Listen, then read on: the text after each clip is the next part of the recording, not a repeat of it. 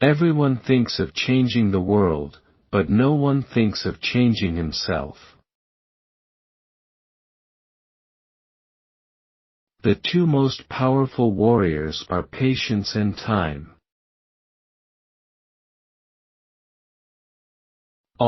Everything that I understand only because I love.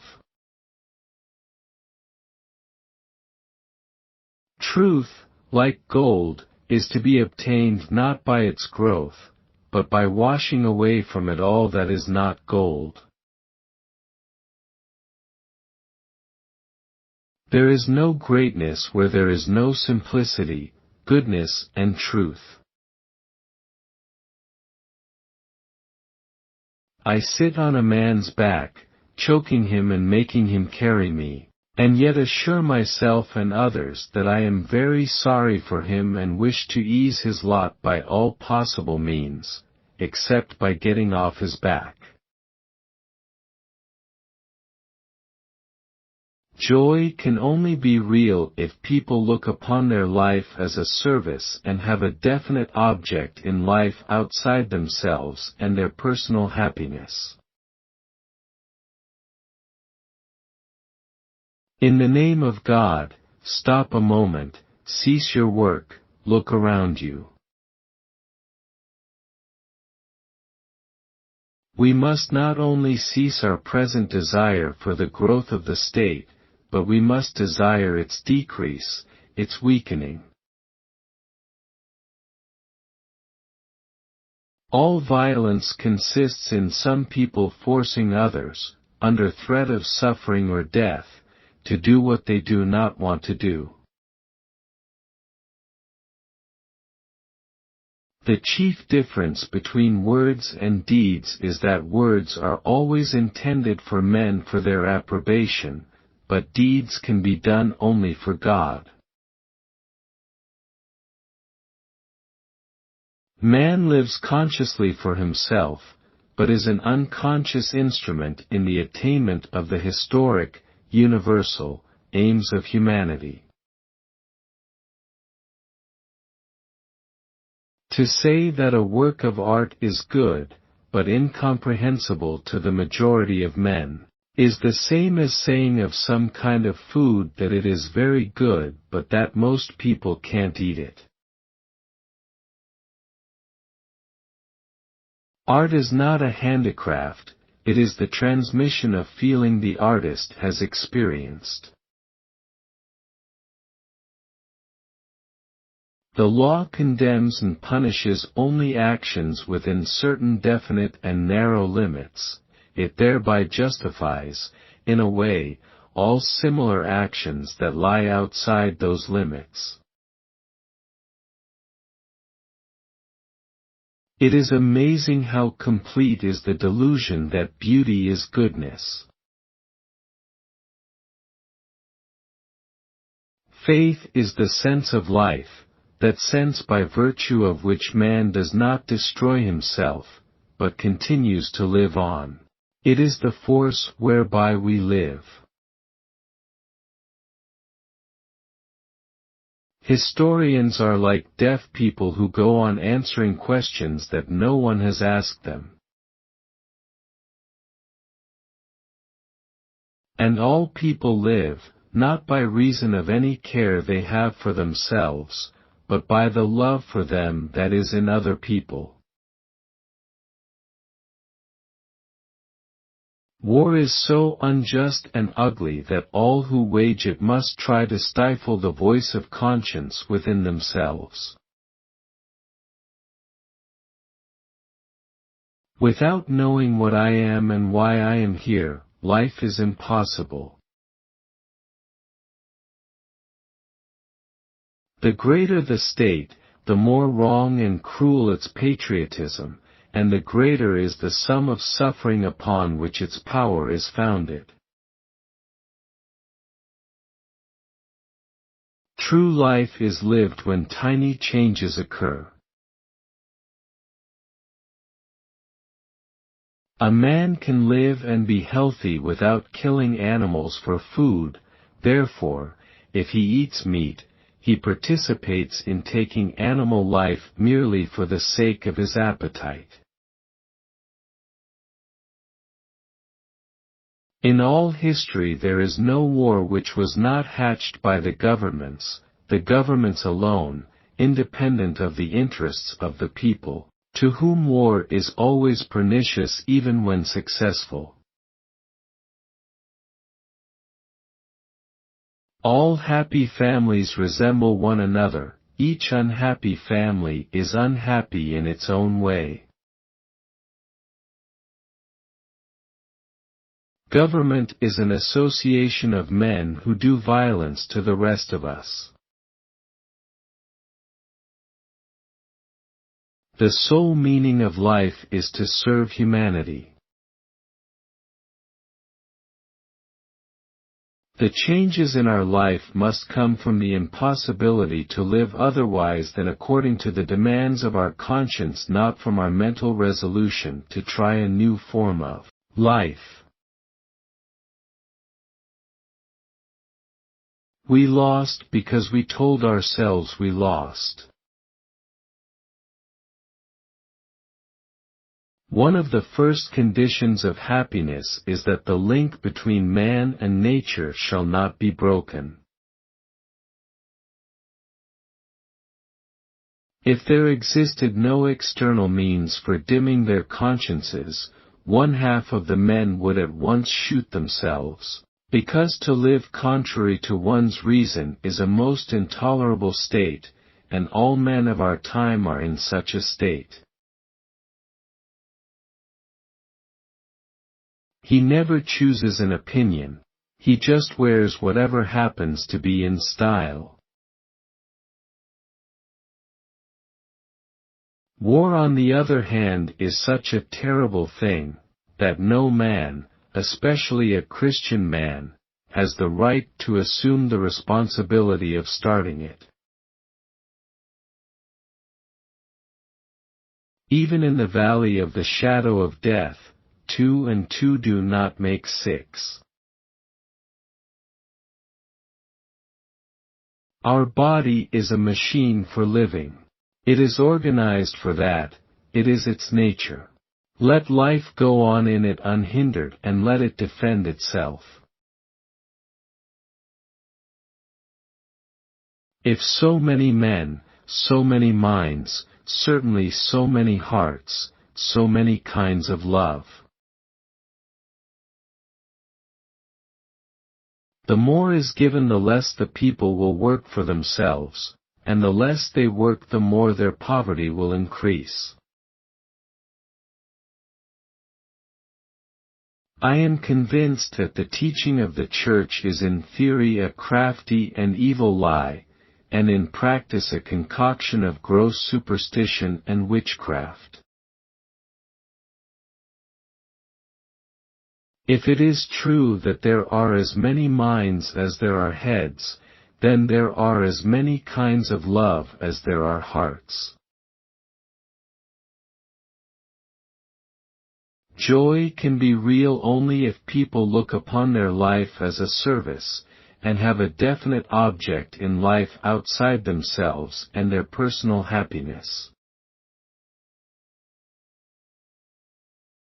Joy can be real only if people look on their life as a service, and have a definite object in life outside themselves and their personal happiness.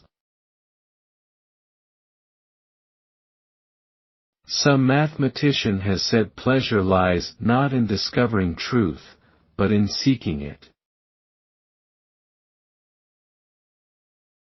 It is easier to produce 10 volumes of philosophical writing than to put one principle into practice. The only thing that we know is that we know nothing, and that is the highest flight of human wisdom. What a strange illusion it is to suppose that beauty is goodness. A beautiful woman utters absurdities, we listen, and we hear not the absurdities but wise thoughts. A Frenchman is self-assured because he regards himself personally both in mind and body as irresistibly attractive to men and women. An Englishman is self-assured as being a citizen of the best organized state in the world and therefore, as an Englishman, always knows what he should do and knows that all he does as an Englishman is undoubtedly correct. An Italian is self-assured because he is excitable and easily forgets himself and other people. A Russian is self-assured just because he knows nothing and does not want to know anything, since he does not believe that anything can be known. The German's self-assurance is worst of all, stronger and more repulsive than any other, because he imagines that he knows the truth, science, which he himself has invented but which is for him the absolute truth. The more is given, the less people will work for themselves, and the less they work, the more their poverty will increase.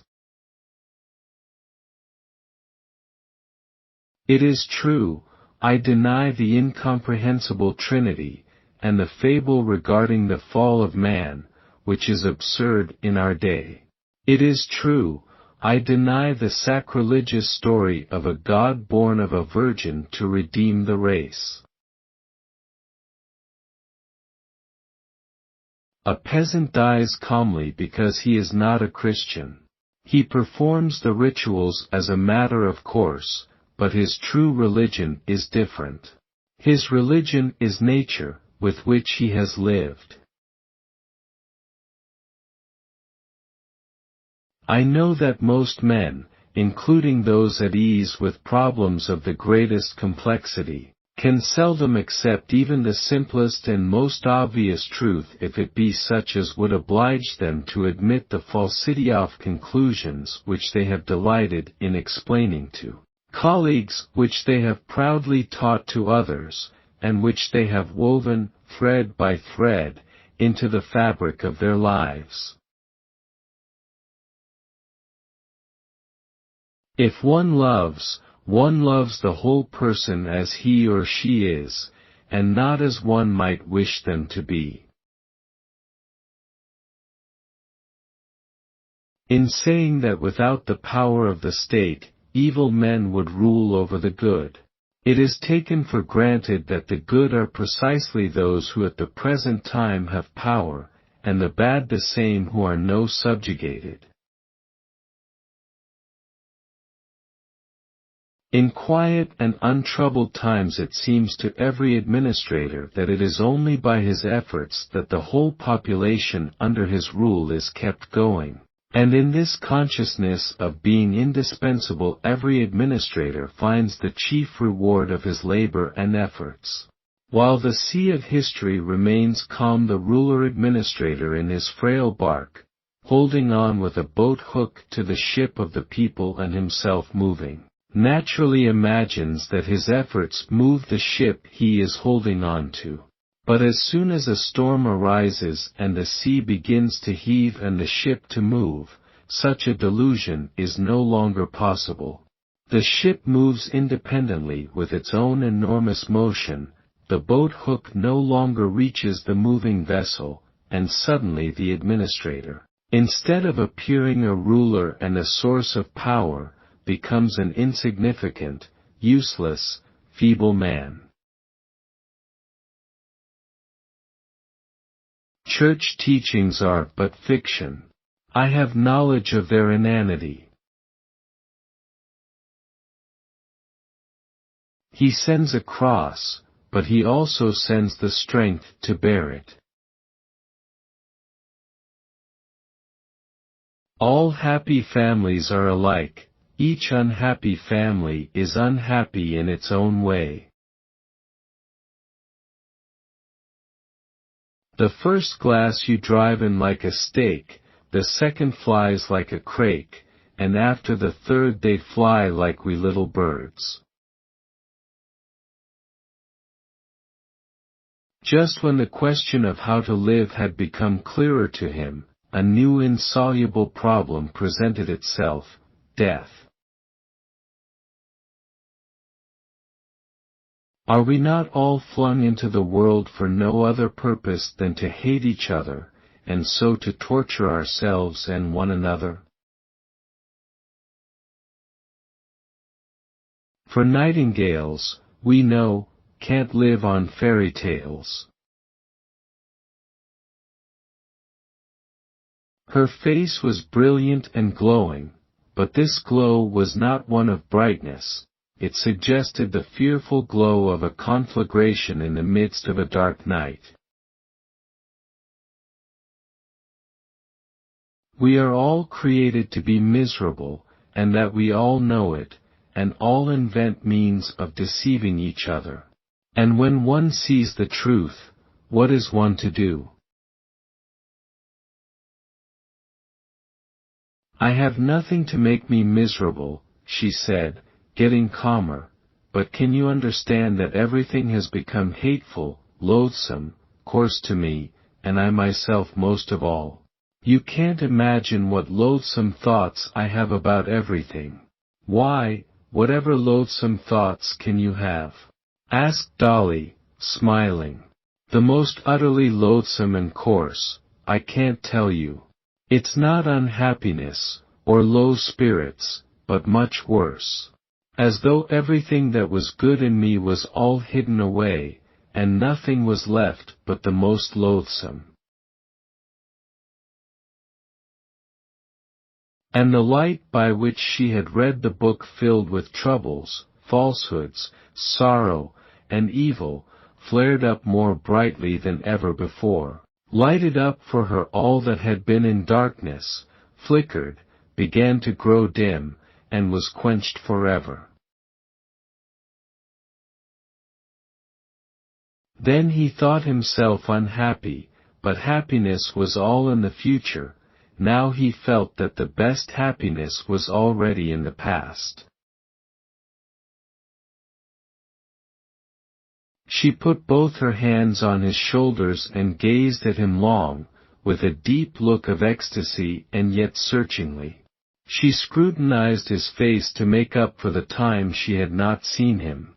She compared, as she did at every interview with him, the image her fancy painted of him, incomparably finer than, and impossible in actual existence, with his real self. The more mental effort he made, the clearer he saw that it was undoubtedly so, that he had really forgotten and overlooked one little circumstance in life, that death would come and end everything, so that it was useless to begin anything, and that there was no help for it. Yes, it was terrible but true. He knew she was there by the joy and terror that took possession of his heart. Everything was lit up by her. She was the smile that brightened everything around. No one is satisfied with his position, but every one is satisfied with his wit. Those whom God wishes to destroy he drives mad. So he lived, not knowing and not seeing any chance of knowing what he was and for what purpose he had been placed in the world. He felt all the torment of his and her position, all the difficulties they were surrounded by in consequence of their station in life, which exposed them to the eyes of the whole world, obliged them to hide their love, to lie and deceive, and again to lie and deceive, to scheme and constantly think about others, while the passion that bound them was so strong that they both forgot everything but their love. The example of a syllogism that he had studied in Kieswetter's logic, Caius is a man, men are mortal, therefore Caius is mortal, had throughout his whole life seemed to him right only in relation to Caius, but not to him at all. I'd rather end up wishing I hadn't than end up wishing I had. Many families remain for years in the same place, though both husband and wife are sick of it, simply because there is neither complete division nor agreement between them. The antagonism between life and conscience may be removed in two ways, by a change of life or by a change of conscience. Anna smiled as people smile at the weaknesses of those they love. Can it be that I have not lived as one ought? Suddenly came into his head. But how not so, when I've done everything as it should be done? With friends, one is well, but at home, one is better. A good player who loses at chess is genuinely convinced that he has lost because of a mistake, and he looks for this mistake in the beginning of his game, but forgets that there were also mistakes at every step in the course of the game, that none of his moves was perfect. The mistake he pays attention to is conspicuous only because his opponent took advantage of it. A man can spend several hours sitting cross-legged in the same position if he knows that noting prevents him from changing it. But if he knows that he has to sit with his legs crossed like that, he will get cramps, his legs will twitch and strain towards where he would like to stretch them. I don't think badly of people. I like everybody, and I'm sorry for everybody. He felt that he was himself and did not wish to be anyone else. He only wished now to be better than he had been formerly. There is one thing, and only one thing, in which it is granted to you to be free in life, all else being beyond your power, that is to recognize and profess the truth. Pretense about anything sometimes deceives the wisest and shrewdest man, but, however cunningly it is hidden, a child of the meanest capacity feels it and is repelled by it. I wanted to run after him, but remembered that it is ridiculous to run after one's wife's lover in one's socks, and I did not wish to be ridiculous but terrible. When you understand that you will die tomorrow, if not today, and nothing will be left, then everything is so unimportant. So one goes on living, amusing oneself with hunting, with work, anything so as not think of death. I do value my work awfully, but in reality only consider this. All this world of ours is nothing but a speck of mildew, which has grown up on a tiny planet. And for us to suppose we can have something great, ideas, work, it's all dust and ashes. In spite of death, he felt the need of life and love. He felt that love saved him from despair, and that this love, under the menace of despair, had become still stronger and purer. The one mystery of death, still unsolved, had scarcely passed before his eyes, when another mystery had arisen, as insoluble, urging him to love and to life. You've said nothing, of course, and I ask nothing, he was saying, but you know that friendship's not what I want, that there's only one happiness in life for me. That word that you dislike so, yes, love. I ask one thing only, I ask for the right to hope, to suffer as I do. But if even that cannot be, command me to disappear, and I disappear. You shall not see me if my presence is distasteful to you. There are people who, on meeting a successful rival, no matter in what, are at once disposed to turn their backs on everything good in him, and to see only what is bad. There are people, on the other hand, who desire above all to find in that lucky rival the qualities by which he has outstripped them, and seek with a throbbing ache at heart only what is good. Just as a painter needs light in order to put the finishing touches to his picture, so I need an inner light, which I feel I never have enough of in the autumn. He sought his former accustomed fear of death and did not find it. Where is it? What death? There was no fear because there was no death. In place of death there was light. These principles laid down as invariable rules, that one must pay a card sharper, but need not pay a tailor, that one must never tell a lie to a man, but one may to a woman, that one must never cheat anyone, but one may a husband, that one must never pardon an insult, but one may give one, and so on. These principles were possibly not reasonable and not good, but they were of unfailing certainty, and so long as he adhered to them, Vronsky felt that his heart was at peace and he could hold his head up. Morning or night, Friday or Sunday, made no difference, everything was the same, the gnawing, excruciating, incessant pain. That awareness of life irrevocably passing but not yet gone, that dreadful, loathsome death, the only reality, relentlessly closing in on him, and that same endless lie.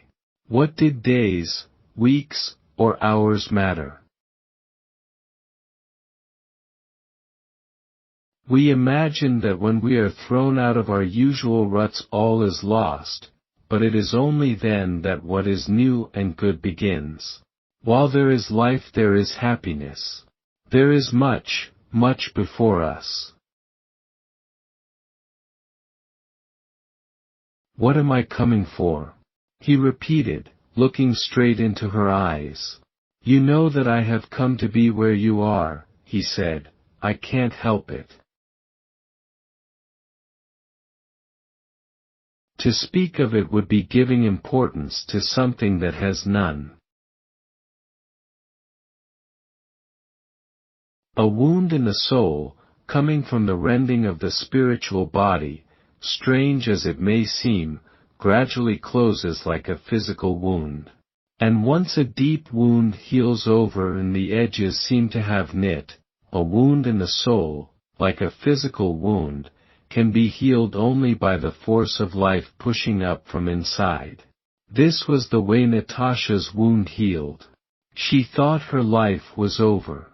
But suddenly her love for her mother showed her that the essence of life, love, was still alive in her.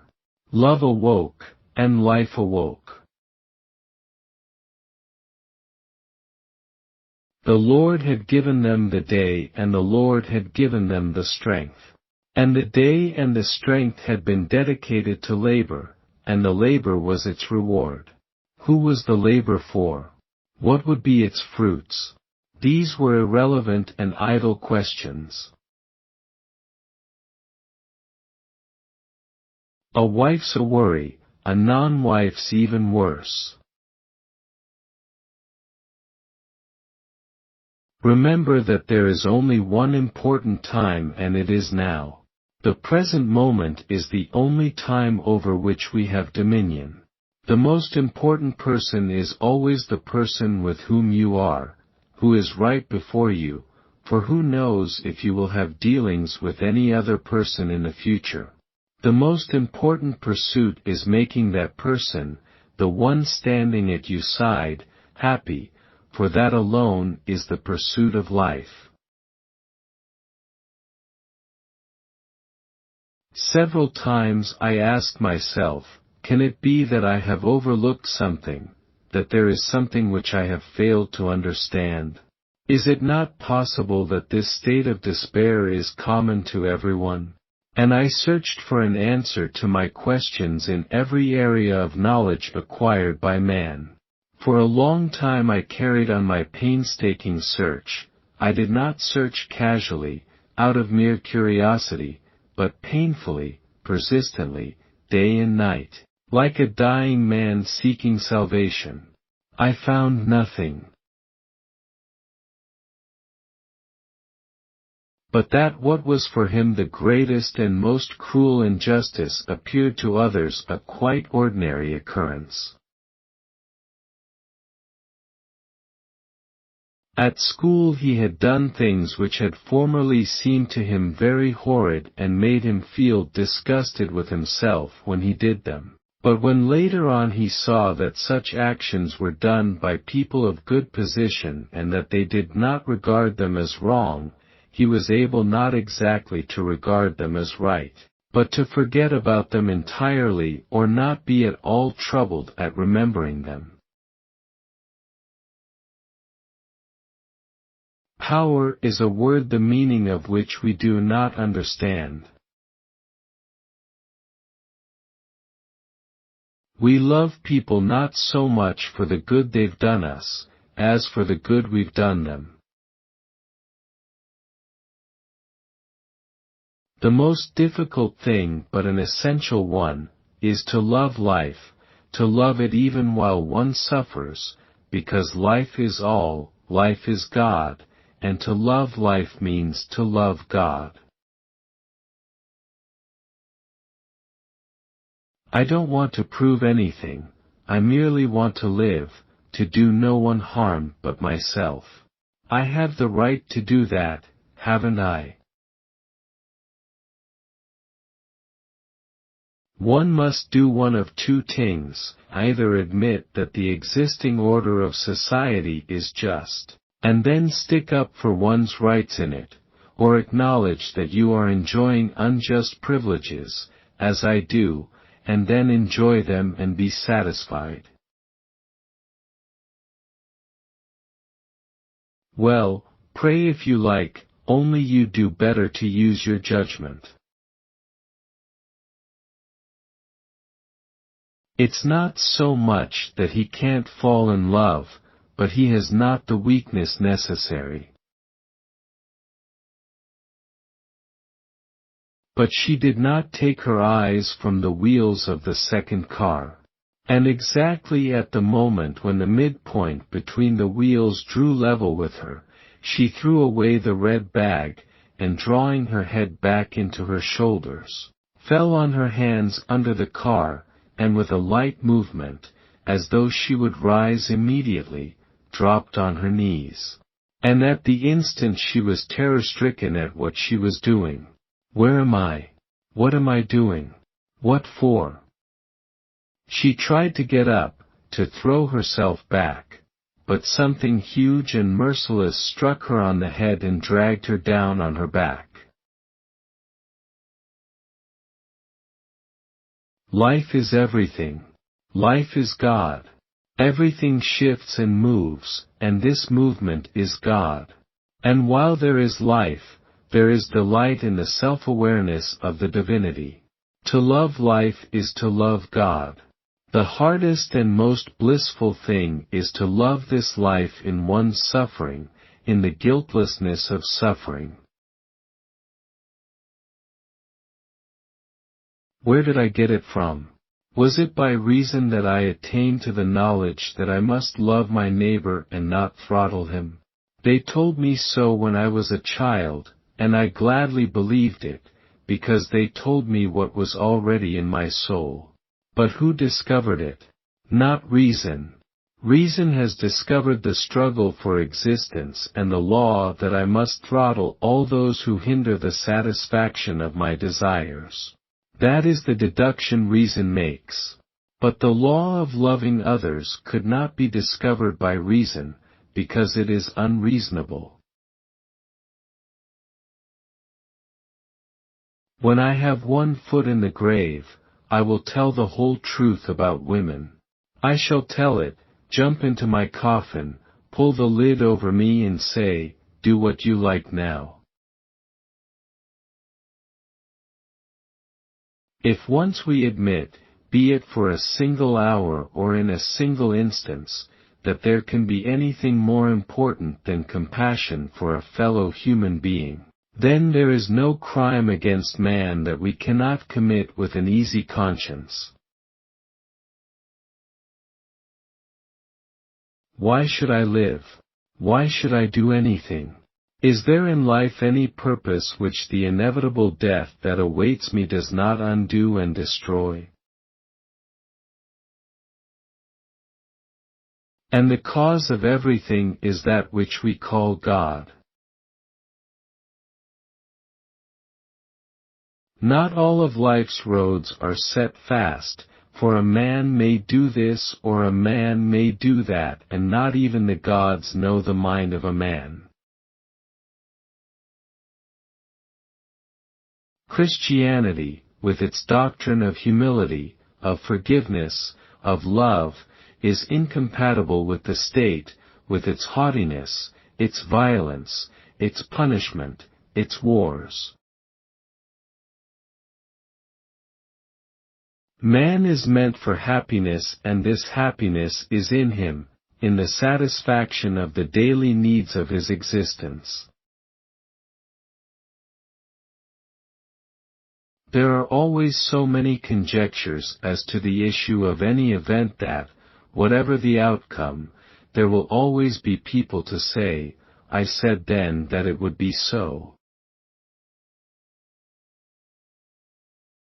In historic events, the so-called great men are labels giving names to events, and like labels they have but the smallest connection with the event itself. Every act of theirs, which appears to them an act of their own will, is in an historical sense involuntary and is related to the whole course of history and predestined from eternity. In former times the chief method of justifying the use of violence and thereby infringing the law of love was by claiming a divine right for the rulers, the tsars, sultans, rajas, shahs and other heads of states. How interesting it would be to write the story of the experiences in this life of a man who killed himself in his previous life. How he stumbles against the very demands which had offered themselves before, until he arrives at the realization that he must fulfill those demands. The deeds of the preceding life give direction to the present life. What an immense mass of evil must result from allowing men to assume the right of anticipating what may happen. Some mathematician, I believe, has said that true pleasure lies not in the discovery of truth, but in the search for it. The teaching of the Church, theoretically astute, is a lie in practice and a compound of vulgar superstitions and sorcery. Where is there any book of the law so clear to each man as that written in his heart? For us, with the rule of right and wrong given us by Christ, there is nothing for which we have no standard. And there is no greatness where there is not simplicity, goodness, and truth. No matter when, at whatever moment, if she were asked what she was thinking about, she could reply quite correctly, one thing, her happiness and her unhappiness. Man by violating his own feelings becomes cruel. And how deeply seated in the human heart is the injunction not to take life. After the doctor's departure, Kosnyshev felt inclined to go to the river with his fishing rod. He was fond of angling, and seemed proud of being able to like such a stupid occupation. We call beauty that which supplies us with a particular pleasure. To destroy governmental violence, only one thing is needed. It is that people should understand that the feeling of patriotism, which alone supports that instrument of violence, is a rude, harmful, disgraceful, and bad feeling, and, above all, is immoral. There are two methods of human activity, and according to which one of these two kinds of activity people mainly follow, are there two kinds of people. One use their reason to learn what is good and what is bad, and they act according to this knowledge. The other act as they want to, and then they use their reason to prove that that which they did was good and that which they didn't do was bad. I can't understand how anyone can write without rewriting everything over and over again.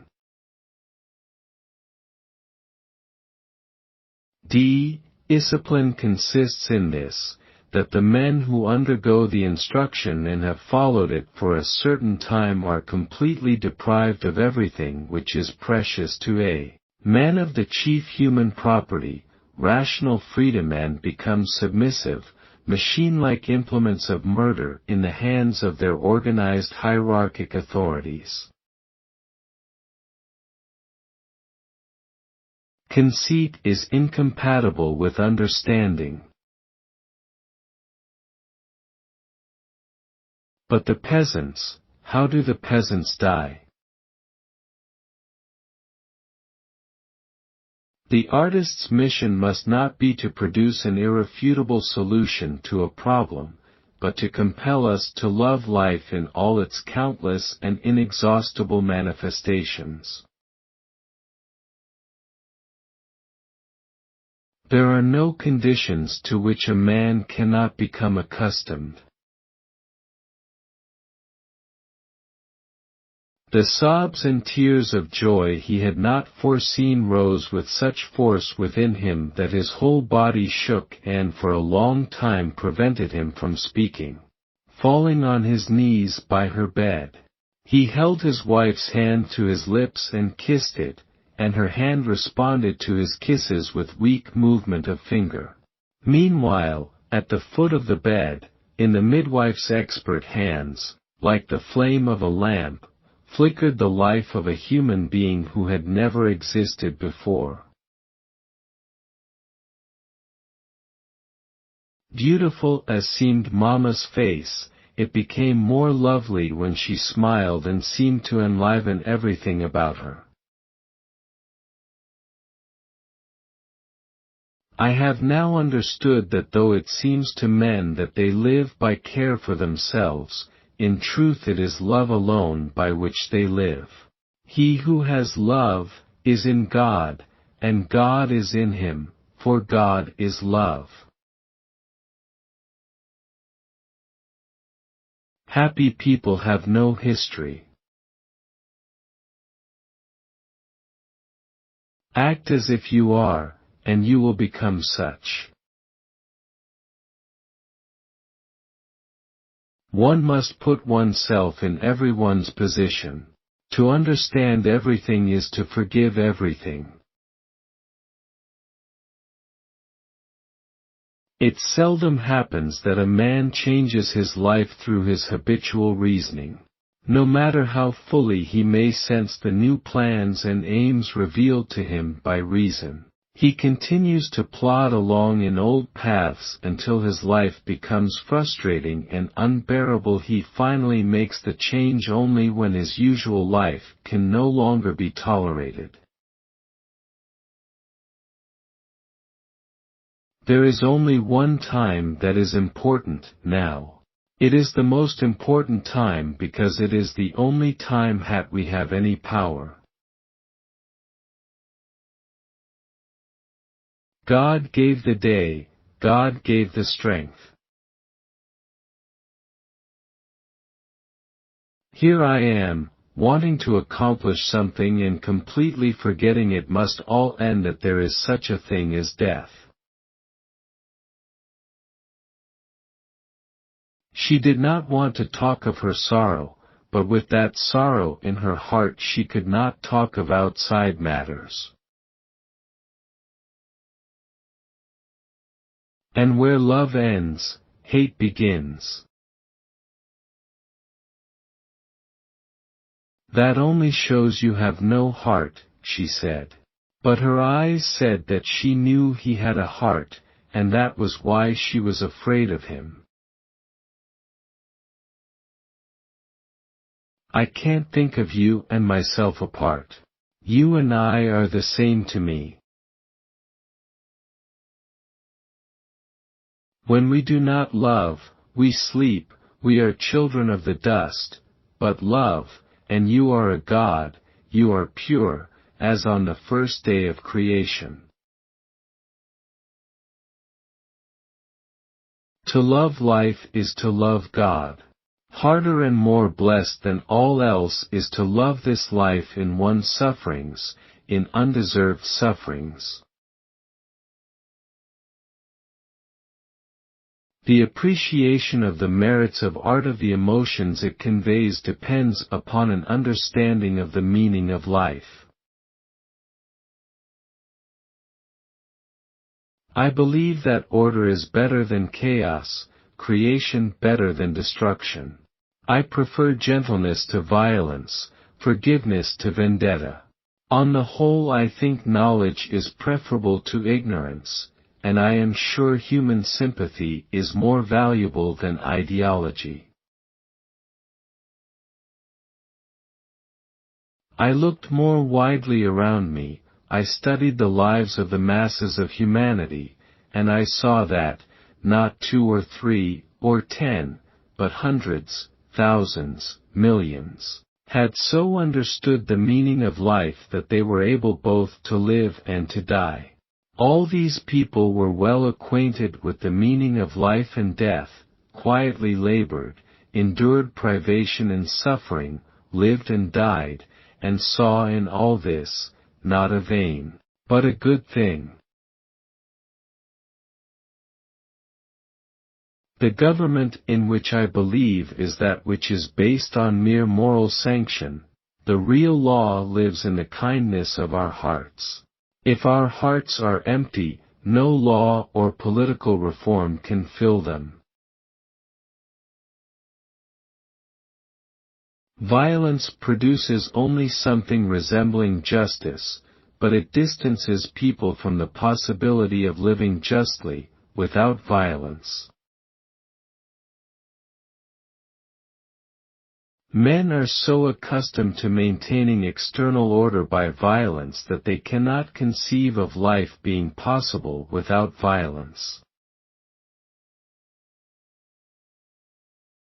The law of violence is not a law, but a simple fact which can only be a law when it does not meet with protest and opposition.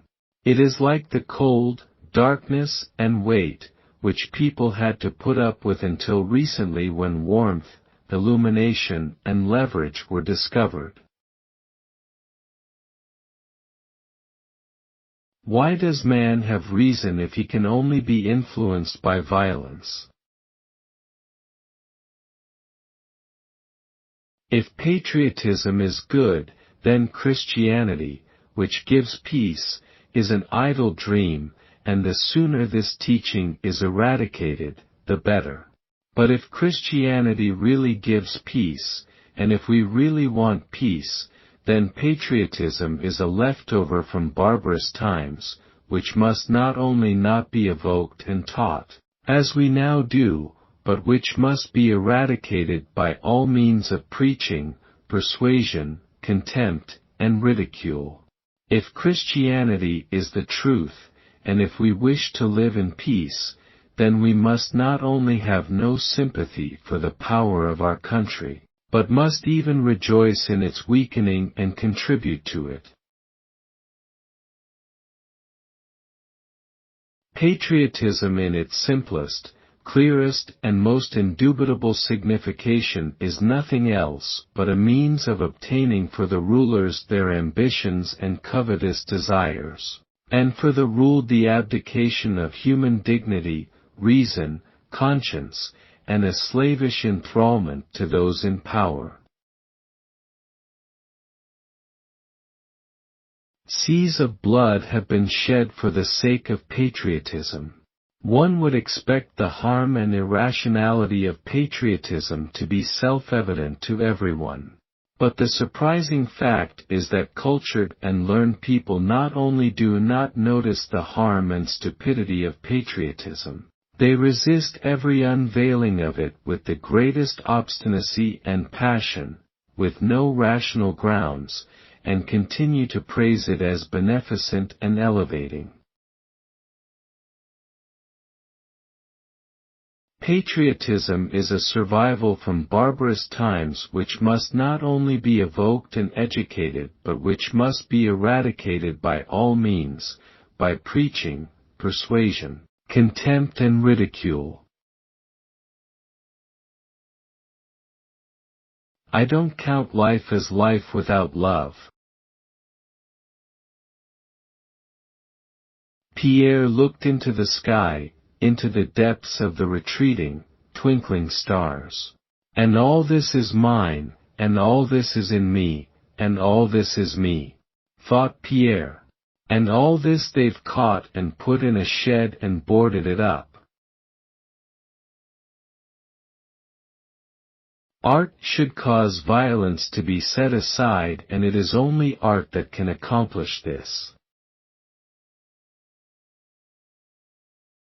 The higher a man stands on the social ladder, the greater the number of people he is connected with, the more power he has over other people, the more obvious is the predestination and inevitability of his every action.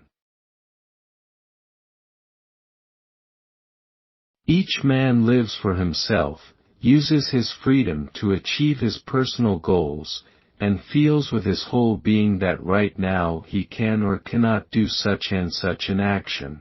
But as soon as he does it, this action, committed at a certain moment in time, becomes irreversible, and makes itself the property of history, in which it has not a free but a predestined significance. God is the same everywhere. Why nowadays there's a new fashion every day. There will be today, there will be tomorrow, there will be always, and there was yesterday, and there was the day before. I'm getting old, that's the thing. What's in me now won't be there anymore. It's not given to people to judge what's right or wrong. People have eternally been mistaken and will be mistaken, and in nothing more than in what they consider right and wrong. He is not apprehended by reason, but by life.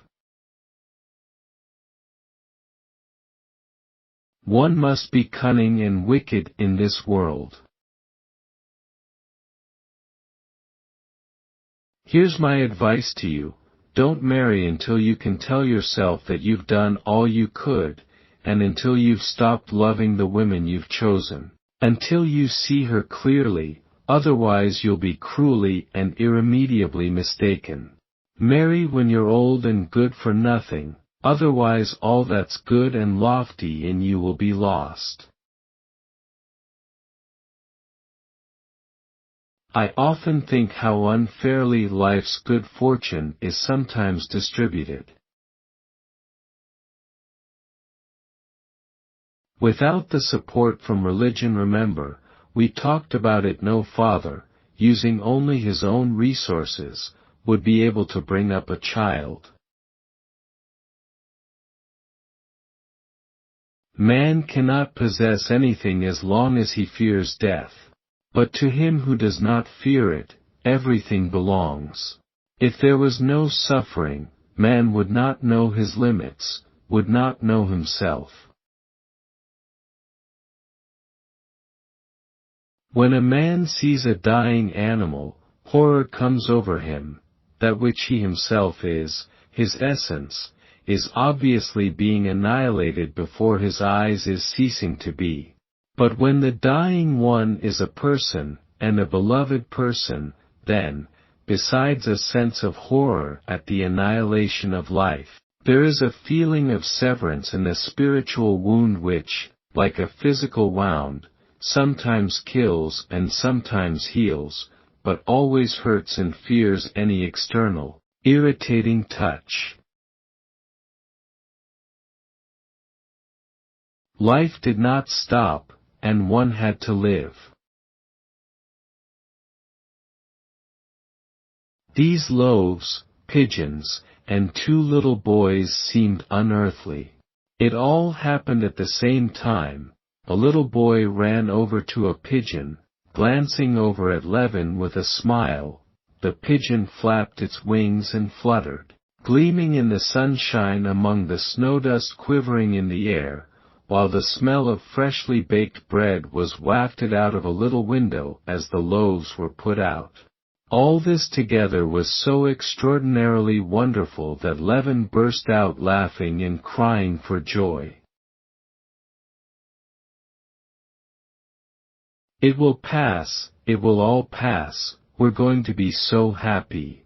If our love could grow any stronger, it would grow stronger because there is something horrifying in it. Talent is the capacity to direct concentrated attention upon the subject, the gift of seeing what others have not seen. You're not going to be different, you're going to be the same as you've always been, with doubts, everlasting dissatisfaction with yourself, vain efforts to amend, and falls, and everlasting expectation of a happiness which you won't get, and which isn't possible for you. History would be a wonderful thing, if it were only true.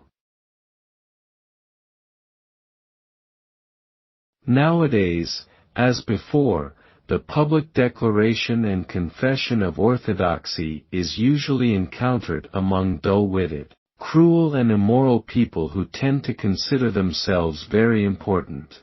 Whereas intelligence, honesty, straightforwardness, good-naturedness, and morality are qualities usually found among people who claim to be non-believers.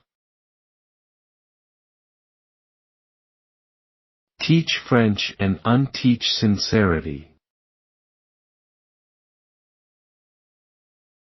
You say, I am not free. But I have raised and lowered my arm. Everyone understands that this illogical answer is an irrefutable proof of freedom.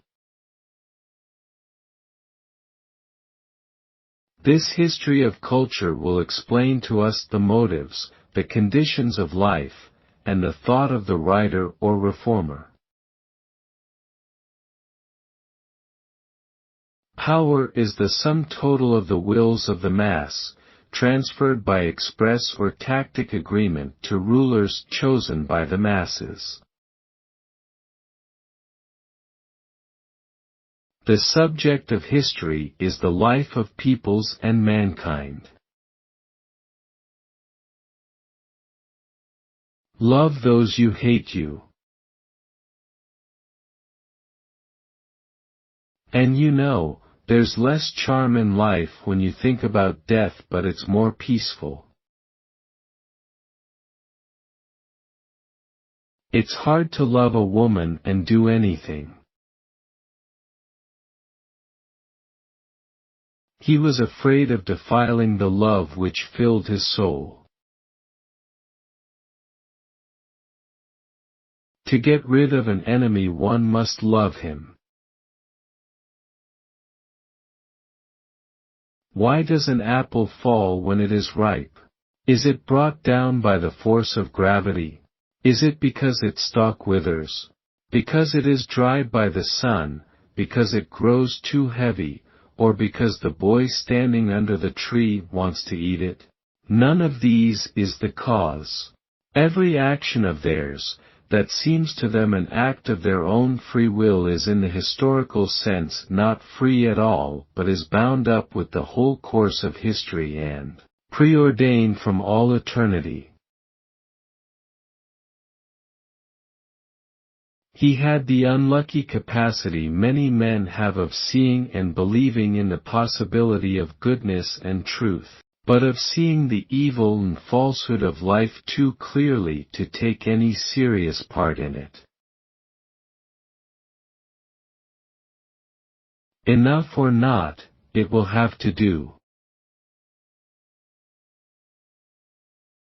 Power is the relation of a given person to other persons, in which the more this person expresses opinions, theories and justifications of the collective action, the less is his participation in that action.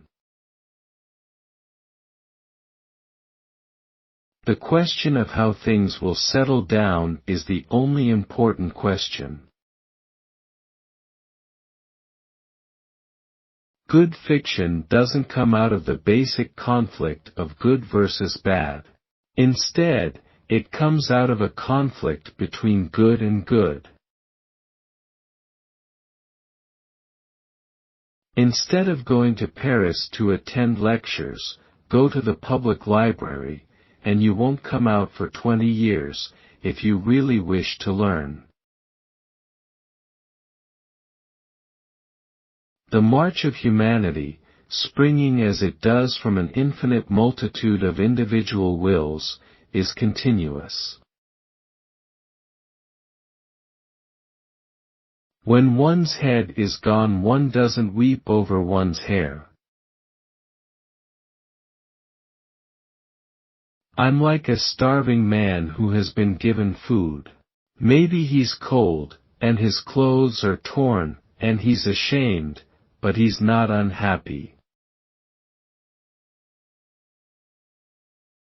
I often think that men don't understand what is noble and what is ignorant, though they always talk about it. Then we should find some artificial inoculation against love, as with smallpox. The only happy marriages I know are arranged ones. Here I am alive, and it's not my fault, so I have to try and get by as best I can without hurting anybody until death takes over. Happiness is an allegory, unhappiness a story. When politics and home life have become one and the same thing, then, it is evident that we will be in a state of total liberty or anarchy.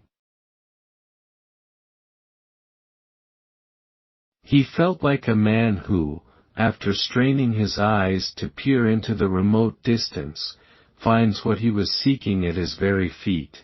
All his life he had been looking over the heads of those around him, while he had only to look before him without straining his eyes. p. 1320.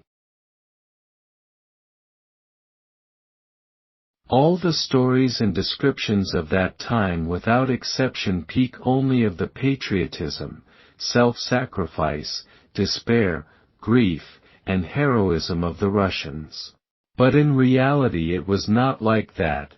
The majority of the people paid no attention to the general course of events but were influenced only by their immediate personal interests.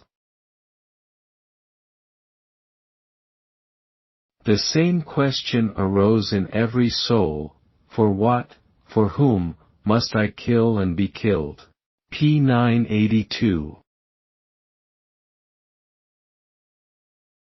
Art begins when a man, with a purpose of communicating to other people a feeling he once experienced, calls it up again within himself and expresses it by certain external signs. But the older he grew and the more intimately he came to know his brother, the oftener the thought occurred to him that the power of working for the general welfare, a power of which he felt himself entirely destitute, was not a virtue but rather a lack of something, not a lack of kindly honesty and noble desires and tastes, but a lack of the power of living, of what is called heart, the aspiration which makes a man choose one out of all the innumerable paths of life that present themselves, and desire that alone. Nietzsche was stupid and abnormal.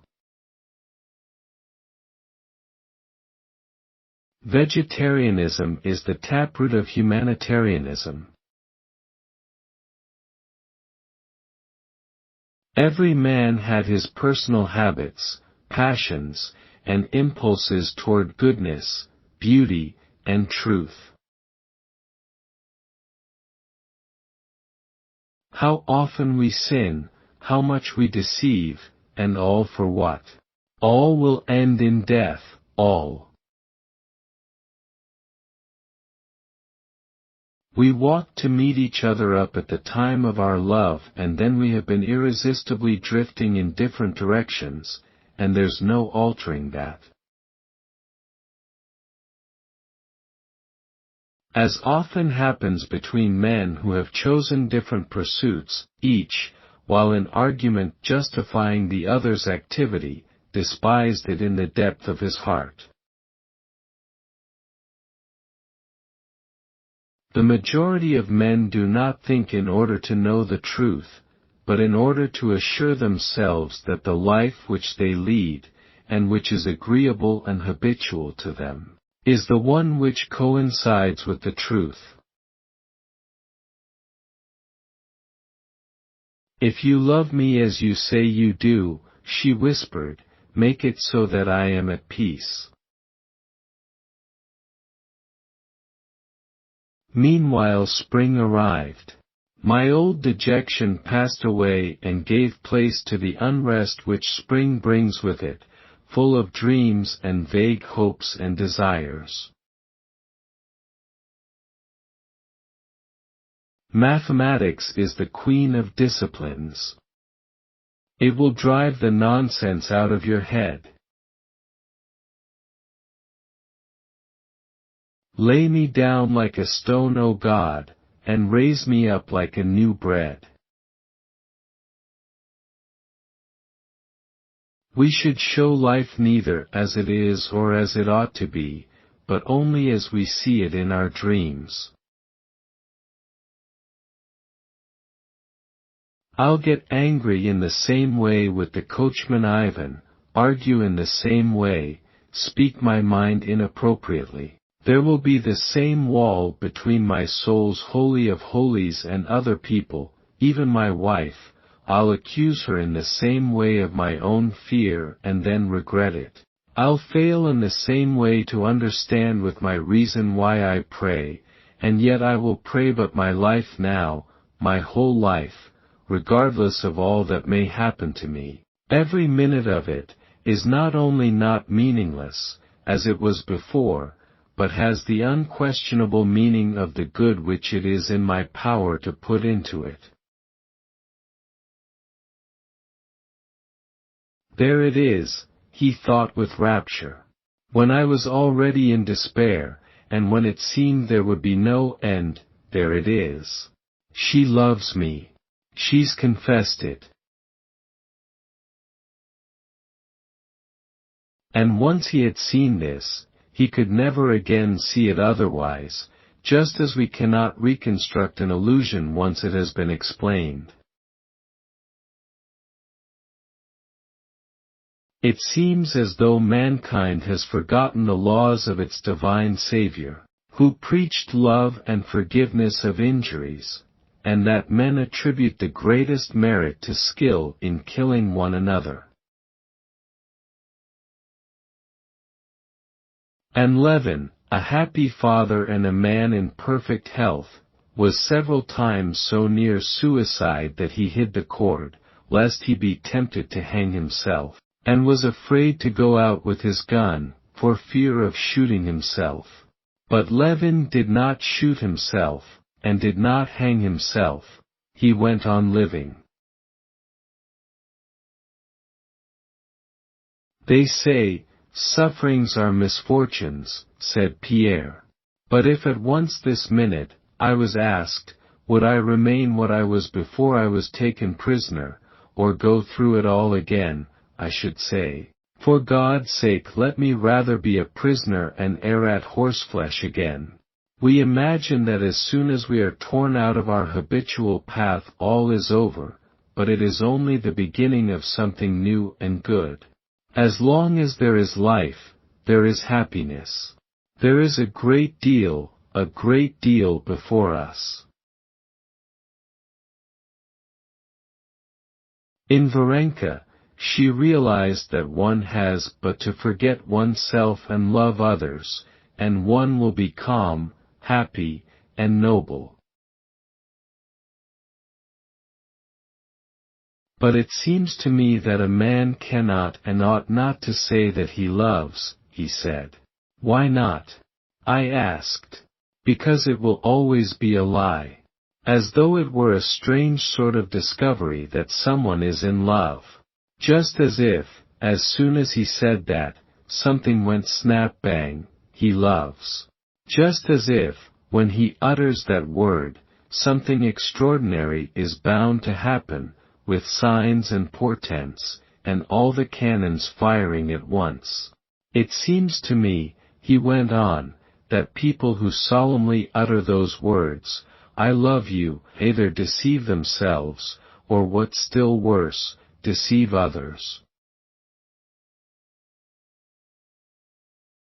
Yes, there is something in me hateful, repulsive, thought Ljuin, as he came away from the Shtcherbaskages, and walked in the direction of his brother's lodgings. And I don't get on with other people. Pride, they say. No, I have no pride. If I had any pride, I should not have put myself in such a position. When Levin thought what he was and what he was living for, he could find no answer to the questions and was reduced to despair. But when he left off questioning himself about it, it seemed as though he knew both what he was and what he was living for, acting and living resolutely and without hesitation. In infinite time, in infinite matter, in infinite space, is formed a bubble organism, and that bubble lasts a while and bursts, and that bubble is me. There was no solution, save that universal solution which life gives to all questions, even the most complex and insolvable. One must live in the needs of the day, that is, forget oneself. But my life now, my whole life apart from anything that can happen to me, every minute of it is no more meaningless, as it was before, but it has the positive meaning of goodness, which I have the power to put into it. So you see, said Stepan Arkadyevich, you're a very wholesome man. That is your virtue and your defect. You have a wholesome character, and you want all of life to be made up of wholesome phenomena, but that doesn't happen. So you despise the activity of public service because you want things always to correspond to their aim, and that doesn't happen. You also want the activity of the individual man always to have an aim, that love and family life always be one. And that doesn't happen. All the variety, all the charm, all the beauty of life are made up of light and shade. I'll tell you truly, I value my thought and work terribly, but in essence, think about it, this whole world of ours is just a bit of mildew that grew over a tiny planet.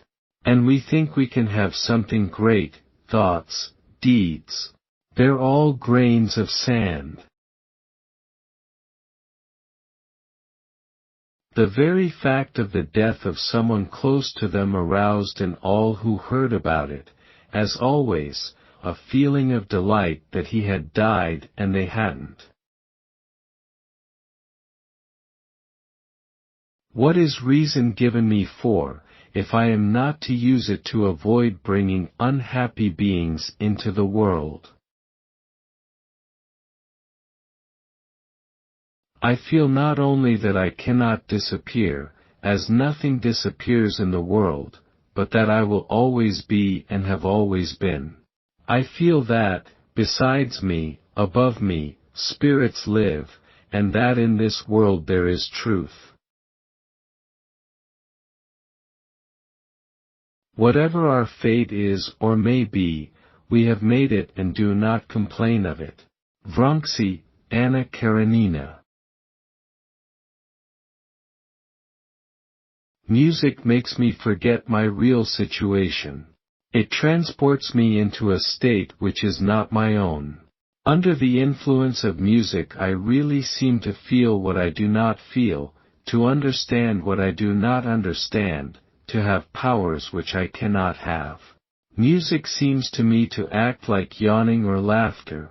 I have no desire to sleep, but I yawn when I see others yawn, with no reason to laugh. I laugh when I hear others laugh. And music transports me immediately into the condition of soul in which he who wrote the music found himself at that time. The Kreutzer Sonata. Love. The reason I dislike that word is that it means too much for me, far more than you can understand.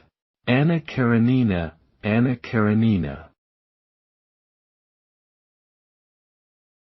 My principal sin is doubt. I doubt everything, and am in doubt most of the time. Levin scowled. The humiliation of his rejection stung him to the heart, as though it were a fresh wound he had only just received. But he was at home, and at home the very walls are a support. The true meaning of Christ's teaching consists in the recognition of love as the supreme law of life, and therefore not admitting any exceptions. He was right in saying that the only certain happiness in life is to live for others. In order to carry through any undertaking in family life, there must necessarily be either complete division between the husband and wife, or loving agreement. When the relations of a couple are vacillating in neither one thing nor the other, no sort of enterprise can be undertaken. Many families remain for years in the same place, though both husband and wife are sick of it, simply because there is neither complete division nor agreement between them. Quos wilt perdere dementat, whom the gods wish to destroy, they first drive made. Latin. In all human sorrow nothing gives comfort but love and faith, and that in the sight of Christ's compassion for us no sorrow is trifling. But that's just the aim of civilization, to make everything a source of enjoyment. The simplest and shortest ethical precept is to be served as little as possible, and to serve others as much as possible. But that had been grief, this was joy. Yet that grief and this joy were alike outside all the ordinary conditions of life. They were loopholes, as it were, in that ordinary life through which there came glimpses of something sublime. And in the contemplation of this sublime something the soul was exalted to inconceivable heights of which it had before had no conception, while reason lagged behind, unable to keep up with it.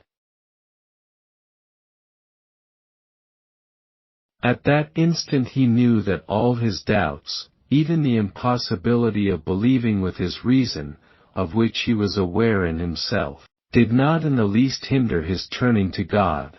All of that now floated out of his soul like dust. To whom was he to turn if not to him in whose hands he felt himself, his soul, and his love? "Excuse me," he added, taking the opera glasses out of her hands and looking over her bare shoulder at the row of boxes opposite, "I'm afraid I'm becoming ridiculous." Pierre was one of those people who are strong only when they feel themselves perfectly pure. Konstantin Levin did not like talking and hearing about the beauty of nature. Words for him took away the beauty of what he saw. God knows, but he's waiting. Indeed, ask every man separately whether he thinks it laudable and worthy of a man of this age to hold a position from which he receives a salary disproportionate to his work, to take from the people often in poverty taxes to be spent on constructing cannon, torpedoes, and other instruments of butchery, so as to make war on people with whom we wish to be at peace, and who feel the same wish in regard to us, or to receive a salary for devoting one's whole life to constructing these instruments of butchery, or to preparing oneself and others for the work of murder. Whatever question arose, a swarm of these drones, without having finished their buzzing on a previous theme, flew over to the new one and by their hum drowned and obscured the voices of those who were disputing honestly. "Don't you know that you are all my life to me? But peace I do not know, and can't give to you. My whole being, my love, yes. I cannot think about you and about myself separately. You and I are one to me. And I do not see before us the possibility of peace either for me or for you. I see the possibility of despair, misfortune, or of happiness. What happiness? Is it impossible? Francie. I ask one thing, I ask the right to hope and suffer as I do now. Vronsky." He remembered his mother's love for him, and his family's, and his friends, and the enemy's intention to kill him seemed impossible. Anna spoke not only naturally and intelligently, but intelligently and casually, without attaching any value to her own thoughts, yet giving great value to the thoughts of the one she was talking to. Stepan Arkadyevitch had not chosen his political opinions or his views. These political opinions and views had come to him of themselves, just as he did not choose the shapes of his hat and coat, but simply took those that were being worn. It is hard for anyone who is dissatisfied not to blame someone else, and especially the person nearest of all to him, for the ground of his dissatisfaction. He felt that all his hitherto dissipated and dispersed forces were gathered and directed with terrible energy towards one blissful goal. "God forgive me everything," she said, feeling the impossibility of struggling. If a man, before he passed from one stage to another, could know his future life in full detail, he would have nothing to live for. It is the same with the life of humanity. If it had a program of the life which awaited it before entering a new stage, it would be the surest sign that it was not living, nor advancing, but simply rotating in the same place. She was in that highly wrought state when the reasoning powers act with great rapidity, the state a man is in before a battle or a struggle, in danger, and at the decisive moments of life, those moments when a man shows once and for all what he is worth, that his past was not lived in vain but was a preparation for these moments. Seize the moment of happiness, love and be loved. And whatever people might say about the time having come when young people must arrange their future for themselves, she could not believe it any more than she could believe that loaded pistols could ever be the best toys for 5-year-old children. Don't seek God in temples. He is close to you. He is within you. Only you should surrender to Him and you will rise above happiness and unhappiness. Great works of art are only great because they are accessible and comprehensible to everyone. You can't imagine what a pleasure this complete laziness is to me. Not a thought in my brain, you might send a ball rolling through it. I am sure that nothing has such a decisive influence upon a man's course as his personal appearance, and not so much his appearance as his belief in its attractiveness or unattractiveness. It is this law of love and its recognition as a rule of conduct in all our relations with friends, enemies and offenders which must inevitably bring about the complete transformation of the existing order of things, not only among Christian nations, but among all the peoples of the globe. My life had come to a sudden stop. I was able to breathe, to eat, to drink, to sleep. I could not, indeed, help doing so, but there was no real life in me. Childhood candor, shall I ever find you again? Man survives earthquakes, epidemics, the horrors of disease, and all the agonies of the soul, but for all time his tormenting tragedy is, and will be, the tragedy of the bedroom. When joy disappears, look for your mistake. Grow spiritually and help others to do so. It is the meaning of life. Nowhere nor in anything, except in the assertion of the Church, can we find that God or Christ founded anything like what churchmen understand by the Church. I prefer a good pair of boots to Shakespeare. What is important is not the length of life, but the depth of life. What is important is not to make life longer, but to take your soul out of time, as every sublime act does. When you feel the desire for power, you should stay in solitude for some time.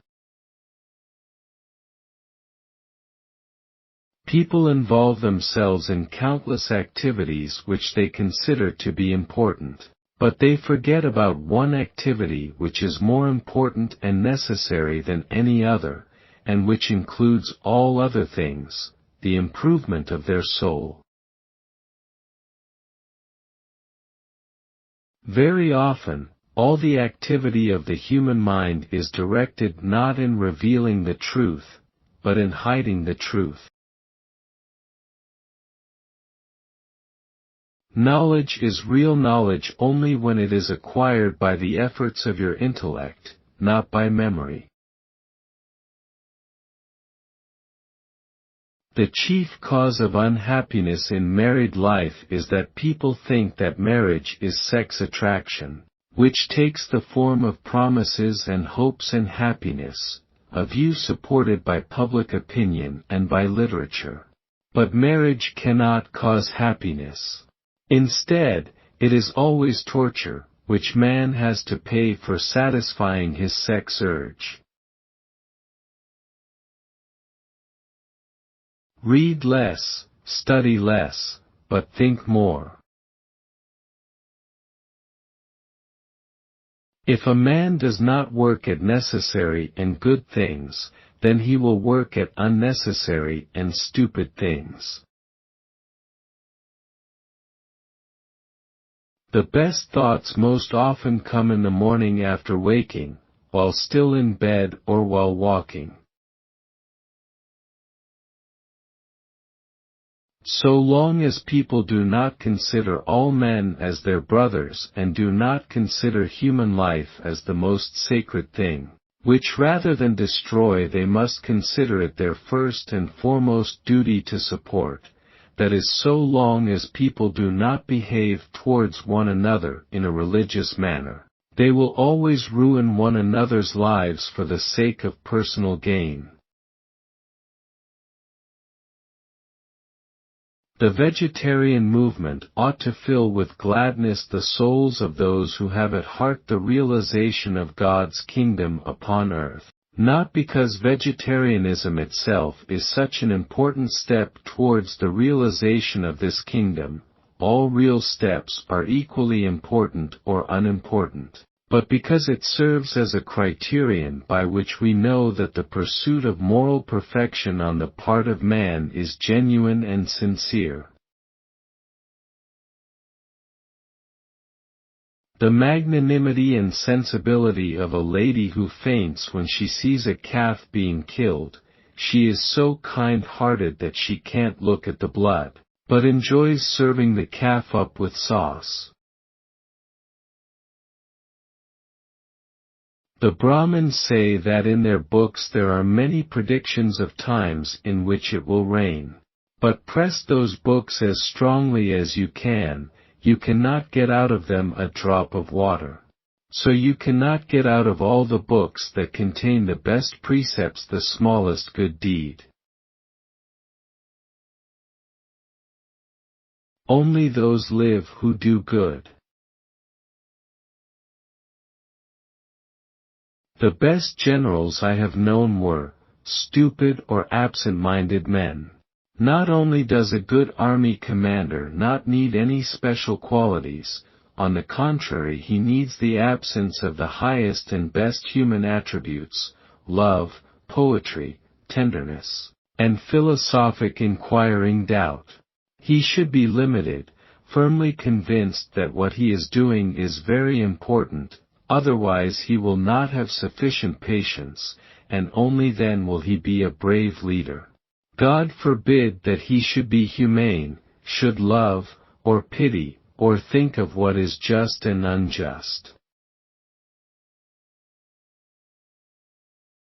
Art can compel people freely, gladly, and spontaneously to sacrifice themselves in the service of man. In our day the feeling of patriotism is an unnatural, irrational, and harmful feeling, and a cause of a great part of the ills from which mankind is suffering, and that, consequently, this feeling should not be cultivated, as is now being done, but should, on the contrary, be suppressed and eradicated by all means available to rational men. It would, therefore, seem obvious that patriotism as a feeling is bad and harmful, and as a doctrine is stupid. For it is clear that if each people and each state considers itself the best of peoples and states, they all live in a gross and harmful delusion. Patriotism is a very definite feeling of preference for one's own people or state above all other peoples and states, and a consequent wish to get for that people or state the greatest advantages and power that can be got, things which are obtainable only at the expense of the advantages and power of other peoples or states. It is a harmful feeling, because it disturbs advantageous and joyous, peaceful relations with other peoples, and above all produces that governmental organization under which power may fall, and does fall, into the hands of the worst men. Perfection is impossible without humility. Why should I strive for perfection, if I am already good enough? God is that infinite all of which man knows himself to be a finite part. It is a rude feeling, because it is natural only to people standing on the lowest level of morality, and expecting from other nations such outrages as they themselves are ready to inflict. Eating meat is a leftover of the greatest brutality, killing.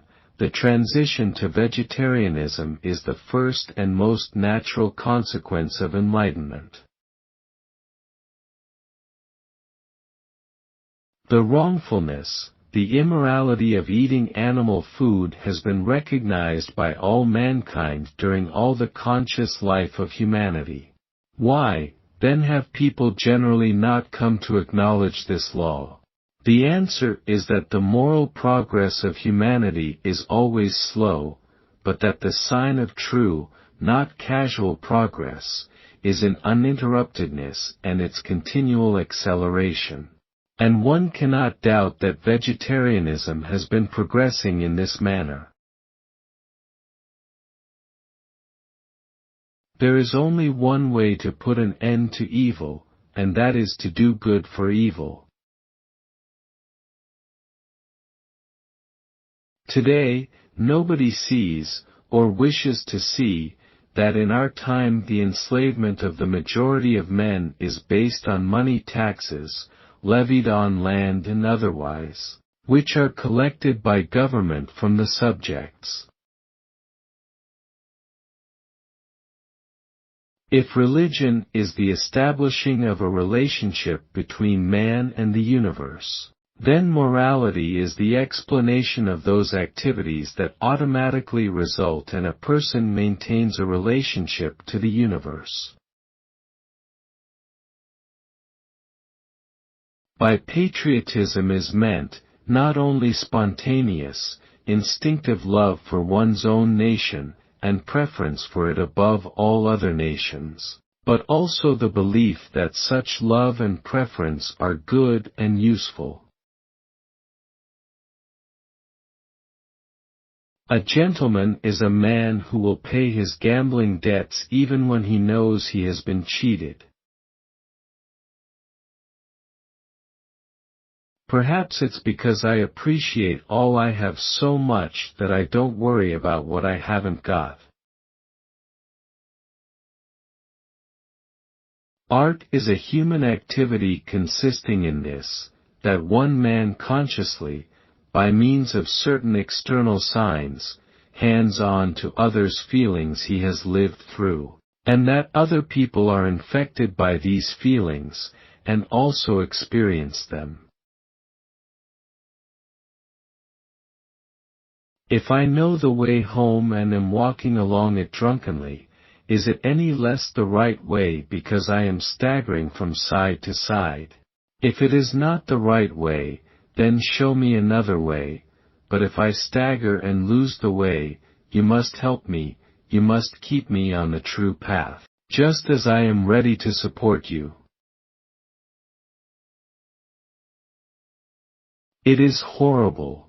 It is not the suffering and the death of the animals that is horrible, but the fact that the man without any need for so doing crushes his lofty feeling of sympathy and mercy for living creatures and does violence to himself that he may be cruel. The first element of moral life is abstinence. If a man's aspirations towards a righteous life are serious, that if he earnestly and sincerely seeks a righteous life, his first act of abstinence is from animal food, because, not to mention the excitement of the passions produced by such food, it is plainly immoral, as it requires an act contrary to moral feeling, i.e., killing, and is called forth only by greed. Patriotism is the principle that will justify the training of wholesale murderers. Woman is more impressionable than man. Therefore in the Golden Age they were better than men. Now they are worse. If you do not know your place in the world and the meaning of your life, you should know there is something to blame, and it is not the social system, or your intellect, but the way in which you have directed your intellect. The most important time is now. It seems that it is impossible to live without discovering the purpose of your life. And the first thing which a person should do is to understand the meaning of life. But the majority of people who consider themselves to be educated are proud that they have reached such great height that they cease to care about the meaning of existence. Tell people that war is an evil, and they will laugh, for who does not know it? Tell them that patriotism is an evil, and most of them will agree, but with a reservation. Yes, they will say, wrong, patriotism is an evil, but there is another kind, the kind we hold. But just what this good patriotism is, no one explains. The workmen's revolution, with the terrors of destruction and murder, not only threatens us, but we have already been living upon its verge during the last 30 years. And it is only by various cunning devices that we have been postponing the crisis. The hatred and contempt of the oppressed people are increasing, and the physical and moral strength of the richer classes are decreasing. The deceit which supports all this is wearing out, and the rich classes have nothing wherewith to comfort themselves. Everyone who has a heart and eyes sees that you, working men, are obliged to pass your lives in want and in hard labor, which is useless to you, while other men, who do not work, enjoy the fruits of your labor, that you are the slaves of these men, and that this ought not to exist. Vengeance is mine, I will repay.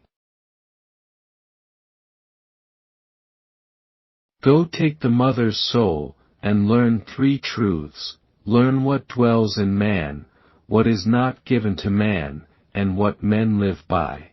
When thou hast learnt these things, thou shalt return to heaven. Government is violence, Christianity is meekness, non-resistance, love. And, therefore, government cannot be Christian, and a man who wishes to be a Christian must not serve government. But men are now united in states, that work is done. Why now maintain exclusive devotion to one's own state, when this produces terrible evils for all? The most important person is the one you are with in this moment. One is ashamed to say how little is needed for all men to be delivered from those calamities which now oppress them. It is only needful not to lie.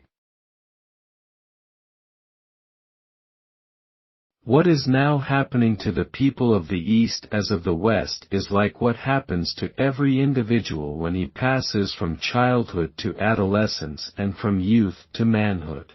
He loses what had hitherto guided his life and lives without direction, not having found a new standard suitable to his age, and so he invents all sorts of occupations, cares, distractions, and stupefactions to divert his attention from the misery and senselessness of his life. Such a condition may last a long time. Giving alms is only a virtuous deed when you give money that you yourself work to get. In life, in true life, there can be nothing better than what is. Wanting something different than what is blasphemy. In the spiritual realm nothing is indifferent. What is not useful is harmful. The idea, shared by many, that life is a vale of tears, is just as false as the idea shared by the great majority, the idea to which youth and health and riches incline you, that life is a place of entertainment. Life is a place of service, and in that service one has to suffer a great deal that is hard to bear, but more often to experience a great deal of joy. But that joy can be real only if people look upon their life as a service, and have a definite object in life outside themselves and their personal happiness. The role of the disappointed lover of a maiden or of any single woman might be ridiculous, but the role of a man who was pursuing a married woman, and who made it the purpose of his life at all costs to draw her into adultery, was one which had in it something beautiful and dignified and could never be ridiculous. Only the truth and its expression can establish that new public opinion which will reform the ancient obsolete and pernicious order of life. And yet we not only do not express the truth we know, but often even distinctly give expression to what we ourselves regard as false. If only free men would not rely on that which has no power, and is always fettered upon external aids, but would trust in that which is always powerful and free, the truth and its expression.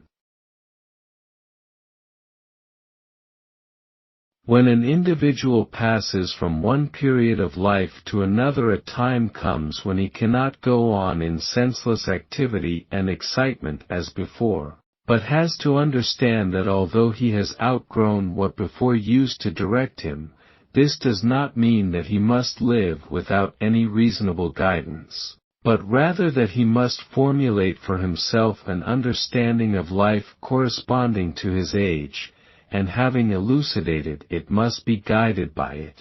And in the same way a similar time must come in the growth and development of humanity. What time can be more beautiful when the one in which the finest virtues, innocent cheerfulness, and indefinable longing for love constitute the sole motives of your life? I must have physical exercise, or my temporal certainly be ruined. Man's mind cannot grasp the causes of events in their completeness, but the desire to find the causes is implanted in man's soul. To regard Christ as God, and to pray to Him, are to my mind the greatest possible sacrilege. Our body is a machine for living. The soul is immortal. Well then, if I shall always live, I must have lived before, lived for a whole eternity. Faith is the force of life. In vain do science and philosophy pose as the arbiters of the human mind, of which they are in fact only the servants. Religion has provided a conception of life, and science travels in the beaten path. Religion reveals the meaning of life, and science only applies this meaning to the course of circumstances. No one has yet added up all the heavy, stress-filled workdays as well as the hundreds, perhaps thousands, of lives that are wasted to produce the world's amusements. It is for this reason that amusements are not so amusing. Division of labor is a justification for sloth. Genuine religion is not about speculating about God or the soul or about what happened in the past or will happen in the future. It cares only about one thing: finding out exactly what should or should not be done in this lifetime. Wealth is a great sin in the eyes of God. Poverty is a great sin in the eyes of man. Wealth brings a heavy purse, poverty, a light spirit.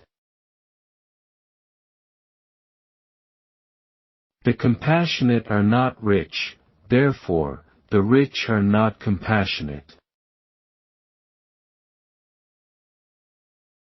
Condemn me if you choose, I do that myself, but condemn me, and not the path which I am following, and which I point out to those who ask me where, in my opinion, the path is. The error arises from the learned jurists deceiving themselves and others, by asserting that government is not what it really is. One set of men banded together to oppress another set of men, but, as shown by science, is the representation of the citizens in their collective capacity. People continued regardless of all that leads man forward to try to unite the incompatibles, the virtue of love, and what is opposed to love, namely, the restraining of evil by violence. And such a teaching, despite its inner contradiction, was so firmly established that the very people who recognize love as a virtue accept as lawful at the same time an order of life based on violence and allowing men not merely to torture but even to kill one another. Do not resist the evildoer and take no part in doing so, either in the violent deeds of the administration, in the law courts, the collection of taxes, or above all in soldiering, and no one in the world will be able to enslave you. Religious people are guided in their activities not by the consequences of their actions, but by the consciousness of the destination of their lives. Humanity unceasingly strives forward from a lower, more partial and obscure understanding of life to one more general and more lucid. Prayer is addressed to the personal God, not because he is personal indeed. I know for certain that he is not personal, because personality is limitation, while God is unlimited. I say that the God who created the world in 6 days and who sent his Son, and also his Son himself, are not God, but that God is the one existing, incomparable good, the beginning of everything. To know God and to live is the same thing. God is life. Loving with human love, one may pass from love to hatred, but divine love cannot change. Nothing, not even death, can shatter it. It is all the very nature of the soul. Love is life. All that I understand only because of love. All is bound up in love alone.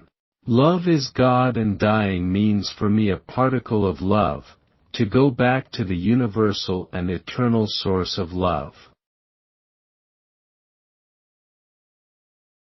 An agile but unintelligent and abnormal German, possessed of the mania of grandeur.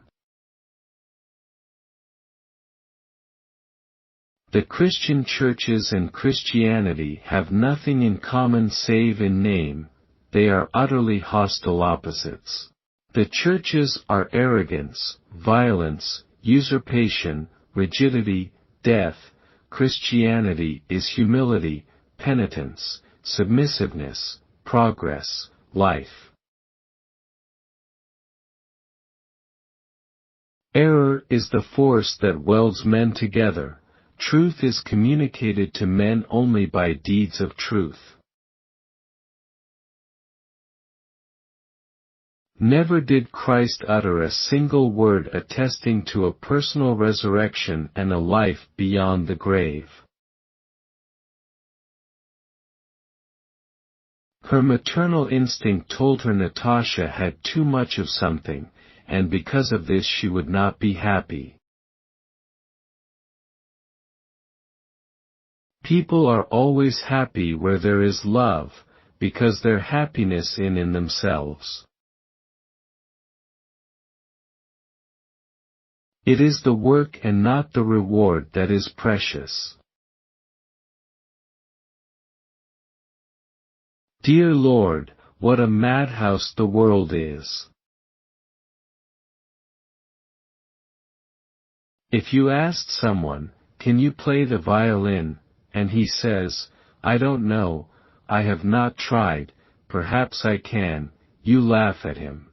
Whereas about writing, people always say, "I don't know, I have not tried," as though one had only to try and one would become a writer. He who has a mistaken idea of life, will always have a mistaken idea of death. The subject of history is the life of peoples and of humanity.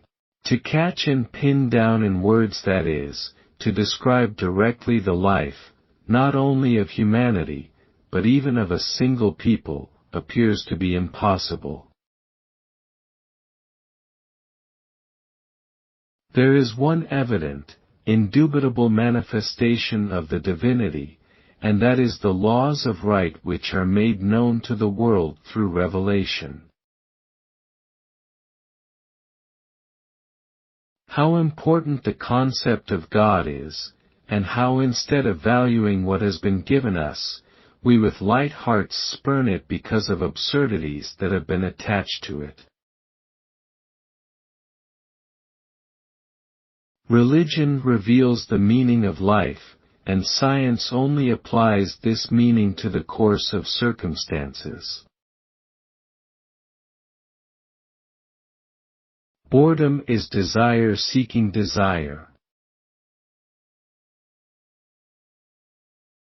If we would only testify to the truth as we see it, it would turn out that there are hundreds, thousands, even millions of other people just as we are, who see the truth as we do, and are only waiting, again as we are, for someone to proclaim it. The kingdom of God is within you. To evoke in oneself a feeling one has once experienced, and having evoked it in oneself, then, by means of movements, lines, colors, sounds, or forms expressed through words, so to convey this so that others may experience the same feeling, this is the activity of art. Woman, you see, is an object of such a kind that study it as much as you will, it is always quite new. The activity of art is as important as the activity of language itself, and as universal. When ignorance does not know something, it says that what it does not know is stupid. People understand the meaning of eating lies in the nourishment of the body only when they cease to consider that the object of that activity is pleasure. People understand the meaning of art only when they cease to consider that the aim of that activity is beauty, i.e., pleasure. Progress consists only in the greater clarification of answers to the basic questions of life. Religions are the exponents of the highest comprehension of life, within a given age in a given society, a basis for evaluating human sentiments. If feelings bring people nearer to the religion's ideal, they are good. If these estrange them from it, and oppose it, they are bad. You see, if you take pains and learn in order to get a reward, the work will seem hard, but when you work, if you love your work, you will find your reward in that. From the child of 5 to myself is but a step. But from the newborn baby to the child of 5 is an appalling distance. I have discovered nothing new, I have only perceived what I already knew. Men need only trust in Christ's teaching and obey it, and there will be peace on earth. Regard the society of women as a necessary unpleasantness of social life, and avoid it as much as possible. Work is the inevitable condition of human life, the true source of human welfare. Through the influence of real art, aided by science, guided by religion, peaceful cooperation of man is now obtained by external means, by law courts, police, charitable institutions, factory inspections. It should be obtained by man's free and joyous activity. In spite the mountains of books written about art, no precise definition of art has been constructed. And the reason for this is that the conception of art has been based on the conception of beauty. In our age the common religious perception of men is the consciousness of the brotherhood of man. We know that the well-being of man lies in the union with his fellow men. True science should indicate the various methods of applying this consciousness to life. Art should transform this perception into feeling. At the approach of danger, two voices speak with equal force in the heart of man. One very reasonably tells the man to consider the nature of the danger and the means of avoiding it, and the other, even more reasonable, says that it is too painful and harassing to think of the danger, better to turn aside from the painful subject till it has come, and to think of what is pleasant. In solitude a man generally yields to the first voice, in society to the second. Can it be that I have overlooked something, that there is something which I have failed to understand? Is it not possible that this state of despair is common to everyone? Women are the pivot round which the world turns. We acknowledge God only when we are conscious of His manifestation in us. The most important of all sciences man can and must learn is the science of living so as to do the least evil and the greatest possible good. God cannot be understood by logical reasoning but only by submission. There is nothing more harmful to you than improving only your material, animal side of life. There is nothing more beneficial, both for you and for others, than activity directed to the improvement of your soul. Suddenly I heard the words of Christ and understood them, and life and death ceased to seem to me evil, and instead of despair I experienced happiness and the joy of life undisturbed by death. Always the same. Now a spark of hope flashes up, then a sea of despair rages, and always pain, always despair, and always the same. But Christ could certainly not have established the Church. That is, the institution we now call by that name, for nothing resembling our present conception of the Church with its sacraments, its hierarchy, and especially its claim to infallibility is to be found in Christ's words or in the conception of the men of his time. War is like a game of chess, but with this little difference, that in chess you may think over each move as long as you please and are not limited for time. And with this difference too, that a knight is always stronger than a pawn, and two pawns are always stronger than one, while in war a battalion is sometimes stronger than a division and sometimes weaker than a company. The relative strength of bodies of troops can never be known to anyone.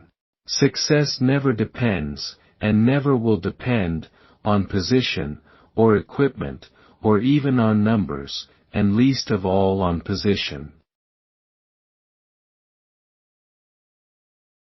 Upon meeting, you're judged by your clothes, upon parting you're judged by your wits. He who has love, is in God, and God is in him, for God is love. Slavery results from laws, laws are made by governments, and, therefore people can only be freed from slavery by the abolition of governments. And it is time for people to understand that governments not only are not necessary, but are harmful and most highly immoral institutions, in which a self-respecting, honest man cannot and must not take part. Like all mad men, I thought everyone was mad except myself. Whenever my life came to a halt, the questions would arise, why? And what next? The military world is characterized by the absence of freedom, in other words, a rigorous discipline enforced inactivity, ignorance, cruelty, debauchery and drunkenness. I love her not with my mind or my imagination, but with my whole being. Loving her I feel myself to be an integral part of all God's joyous world. All the true heroes of history will be forgotten and all the villains will be remembered as heroes.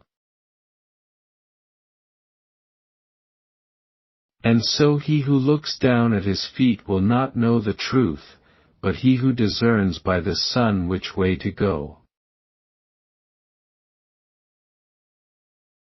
All men's instincts, all their impulses in life, are efforts to increase their freedom. Wealth and poverty, health and disease, culture and ignorance, labor and leisure, repletion and hunger, virtue and vice, are all terms for greater or less degree of freedom. Physical violence is the basis of authority.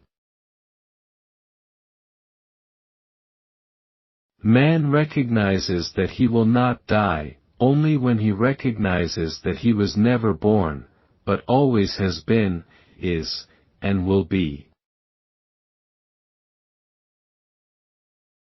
A Christian cannot help being free, because in the pursuit and attainment of his object, no one can either hinder or retard him. The question was a fashionable one, whether a definite line exists between psychological and physiological phenomena in human activity, and if so, where it lies. People look like rivers very much, water is everywhere the same, but the rivers are narrow, fast, wide, pure, cold, muddy and warm. The people are the same. They have the rudiment of every human habit in them and they behave according to them. Sometimes they even do not look like themselves, but they still stay whatever they are. A Russian should rejoice if Poland, the Baltic provinces, Finland, Armenia, should be separated, freed from Russia, so with an Englishman in regard to Ireland, India and other possessions, and each should help to do this, because the greater the state, the more wrong and cruel is its patriotism, and the greater is the sum of suffering upon which its power is founded. Therefore, if we really wish to be what we profess to be, we must not only cease our present desire for the growth of the state, but we must desire its decrease, its weakening, and help this forward with all our might. The one who is happy, that's the one who is right. The life of our class, of the wealthy and the learned, was not only repulsive to me but had lost all meaning.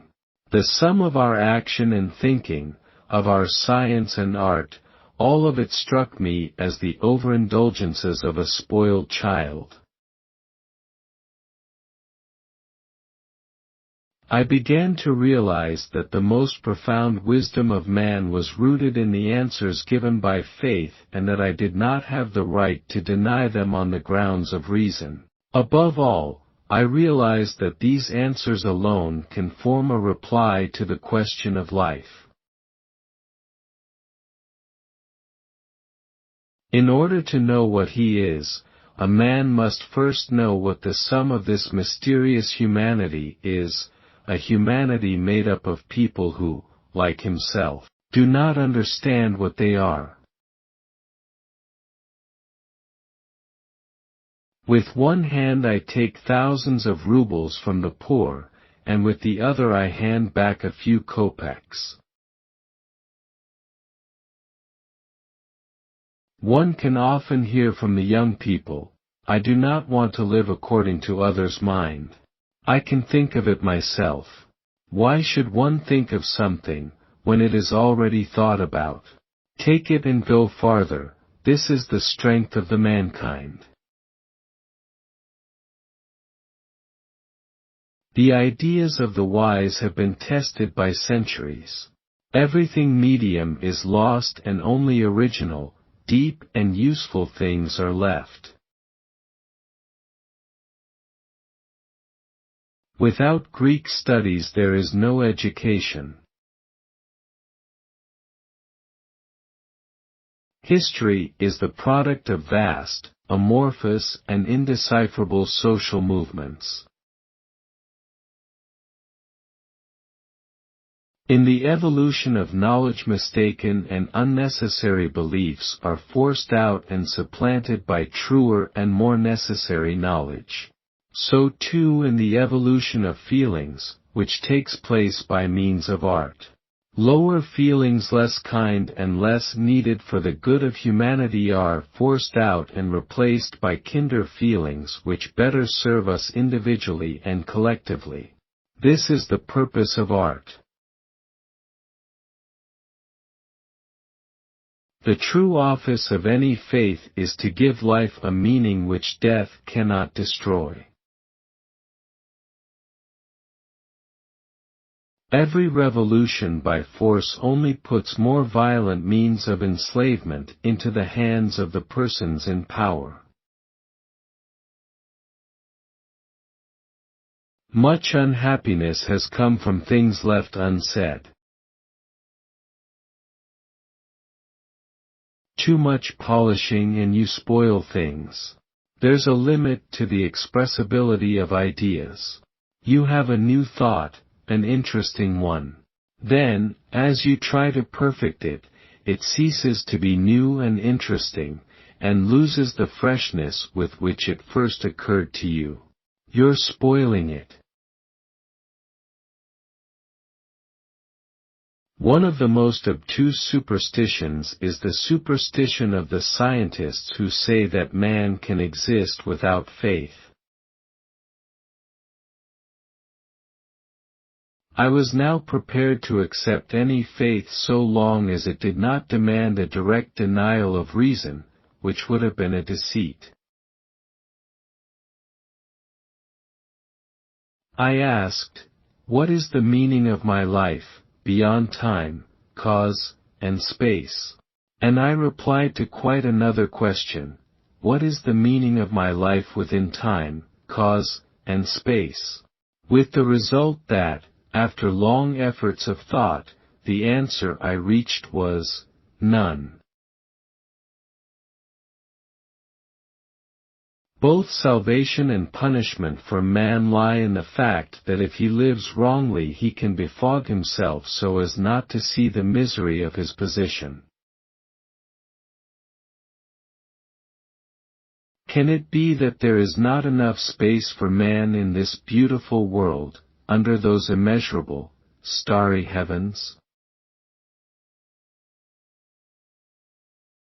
And for him, who lived in a certain circle, and who required some mental activity such as usually develops with maturity, having views was as necessary as having a hat. Effort is not a means to lead us to happiness. Effort itself is happiness. Until you do what you believe in, you don't know whether you believe it or not. As soon as man applies his intelligence to any object at all, he unfailingly destroys the object. Do not be sad about what you do not have. Instead, be happy about what you do have. If you will be sad about what you don't have, you will not be happy about what you do have. I understood, not with my intellect but with my whole being, that no theories of the rationality of existence or of progress could justify such an act. I realized that even if all the people in the world from the day of creation found this to be necessary according to whatever theory, I knew that it was not necessary and that it was wrong. Therefore, my judgments must be based on what is right and necessary and not on what people say and do. I must judge not according to progress but according to my own heart. Slavery, is nothing else than the unwilling labor of many. Therefore, to get rid of slavery it is necessary that people should not wish to profit by the forced labor of others and should consider it a sin and a shame. But they go and abolish the external form of slavery and arrange so that one can no longer buy and sell slaves. And they imagine and assure themselves that slavery no longer exists, and do not see or wish to see that it does, because people still want and consider it good and right to exploit the labor of others. Art is a means of union among men, joining them together in the same feeling. School is established, not in order that it should be convenient for the children to study, but that teachers should be able to teach in comfort. The children's conversations, motion, merriment are not convenient for the teacher, and so in the schools, which are built on the plan of prisons, are prohibited. History would be an excellent thing if only it were true. At moments of departure and a change of life, people capable of reflecting on their actions usually get into a serious state of mind. At these moments they usually take stock of the past and make plans for the future. Often a man goes on for years imagining that the religious teaching that had been imparted to him since childhood is still intact, while all the time there is not a trace of it left in him. When it is impossible to stretch the very elastic threads of historical ratiocination any farther, when actions are clearly contrary to all that humanity calls right or even just, the historians produce a saving conception of greatness. Greatness, it seems, excludes the standards of right and wrong. For the great man nothing is wrong, there is no atrocity for which a great man can be blamed. I did not myself know what I wanted, I feared life, desired to escape from it, yet still hoped something of it. It boils down to this: we should have done with humbug, and let war be war, and not a game. If there were none of this magnanimity business in warfare, we should never go to war, except for something worth facing certain death for. Reason unites us, not only with our contemporaries, but with men who lived 2,000 years before us, and with those who will live after us. Love is the only way to rescue humanity from all ills. The highest wisdom has but one science, the science of the whole, the science explaining the whole creation and man's place in it. The higher a man's conception of God, the better will he know him. And the better he knows God, the nearer will he draw to him. War is not courtesy but the most horrible thing in life, and we ought to understand that, and not play at war. We ought to accept this terrible necessity sternly and seriously. It all lies in that: get rid of falsehood and let war be war and not a game. The difference between real material poison and intellectual poison is that most material poison is disgusting to the taste, but intellectual poison, which takes the form of cheap newspapers or bad books, can unfortunately sometimes be attractive. Children, a torment and nothing more. I believe that the reason of life is for each of us simply to grow in love. If it were not so frightening, it would be amusing to observe the pride and complacency with which we, like children, take apart the watch, pull out the spring and make a toy of it, and are then surprised when the watch stops working. Nothing prevents our denying life by suicide. Well then, kill yourself, and you won't discuss. If life displeases you, kill yourself. You live, and cannot understand the meaning of life, then finish it, and do not fool about in life, saying and writing that you do not understand it. You have come into good company where people are contented and know what they are doing.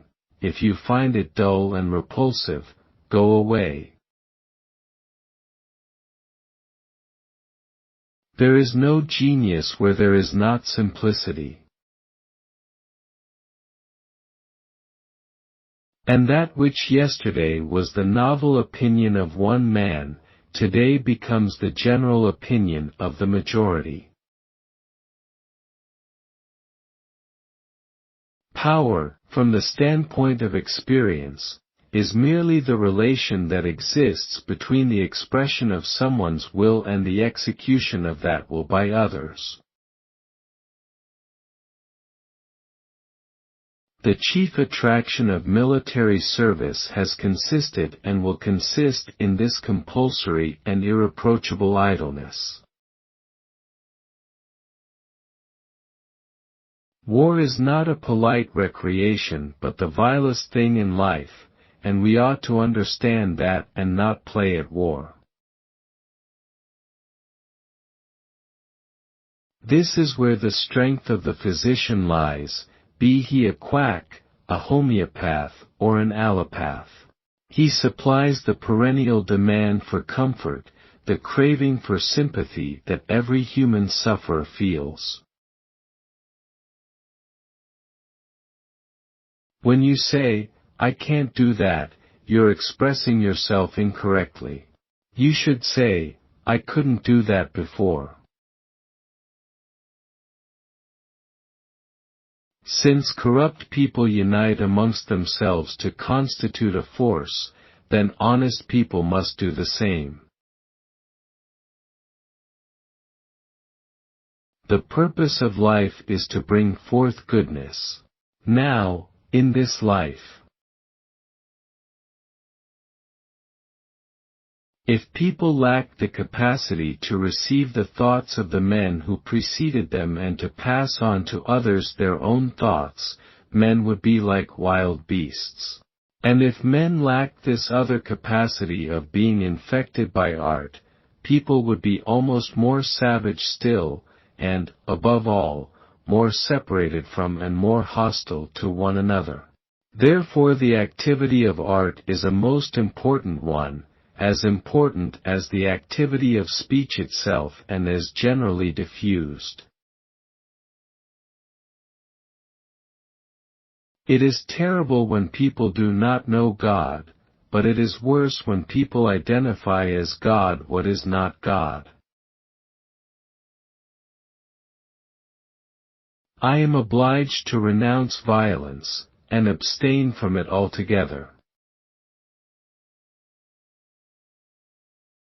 There lay between them, separating them, that same terrible line of the unknown and of fear, like the line separating the living from the dead.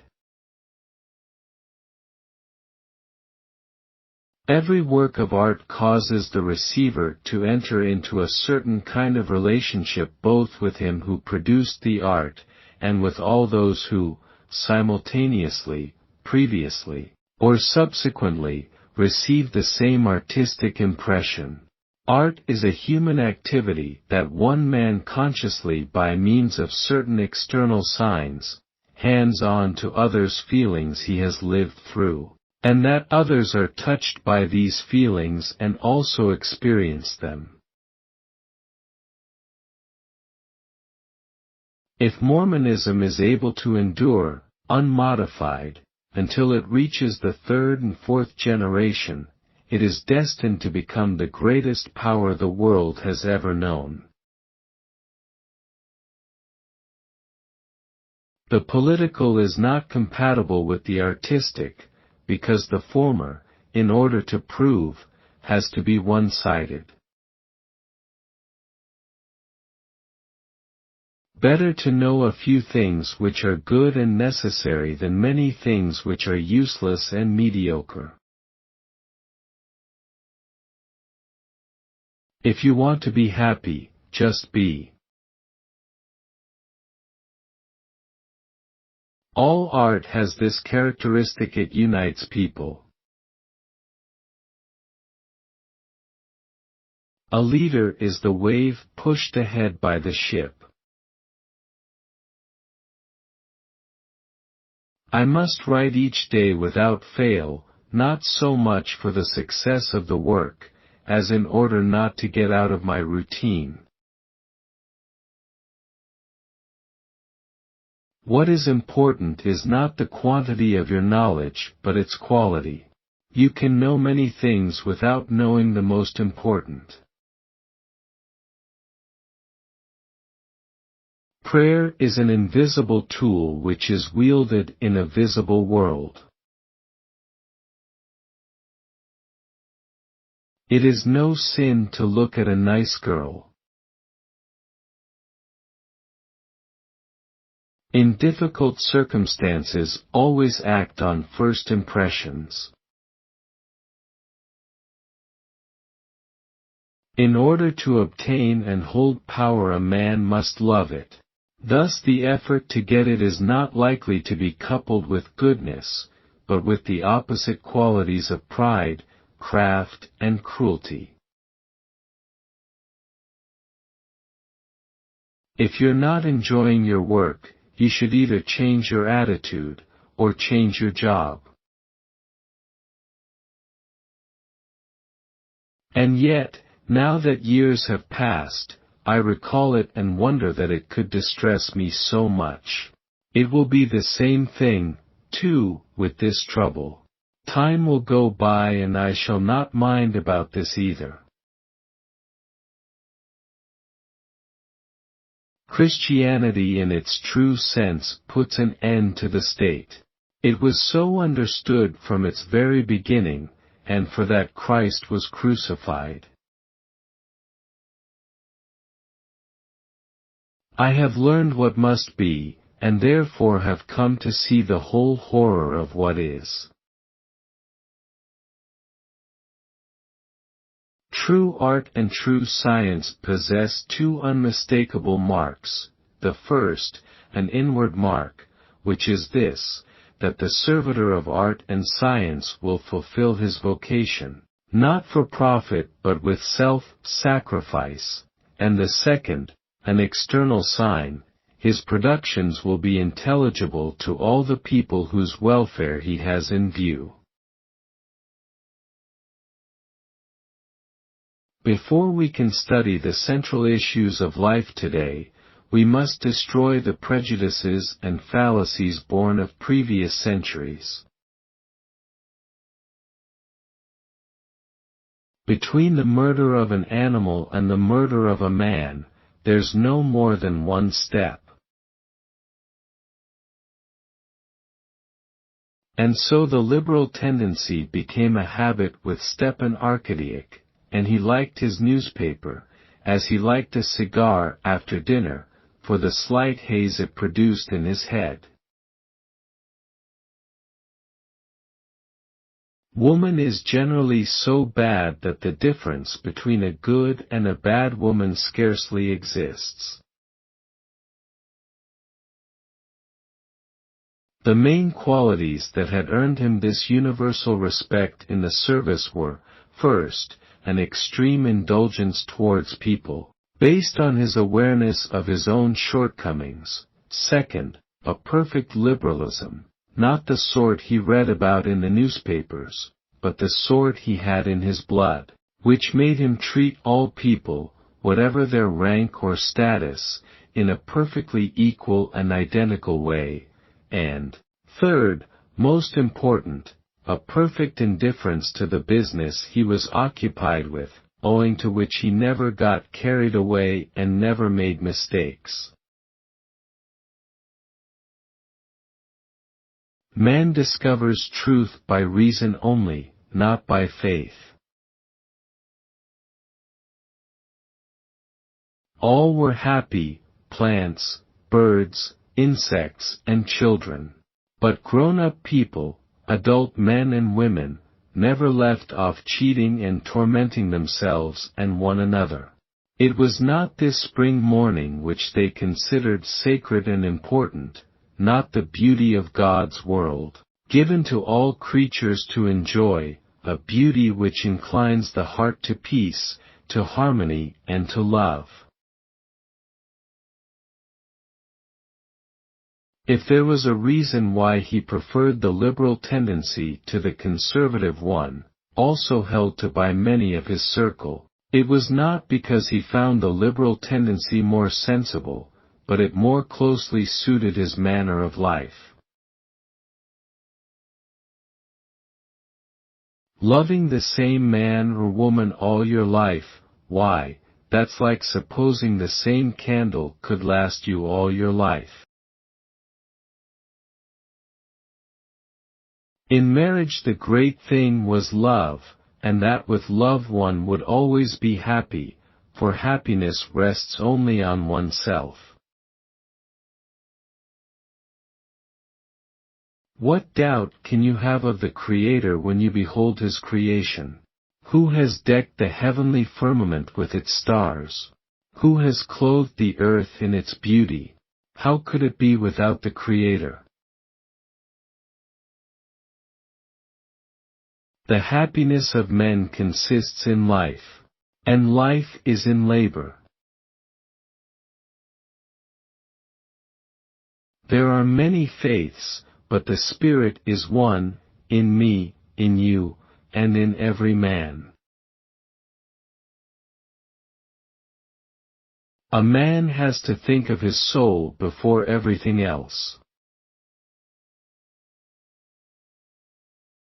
Under the influence of music, it seems that I feel what I do not really feel, that I understand what I do not understand, that I do what I cannot do.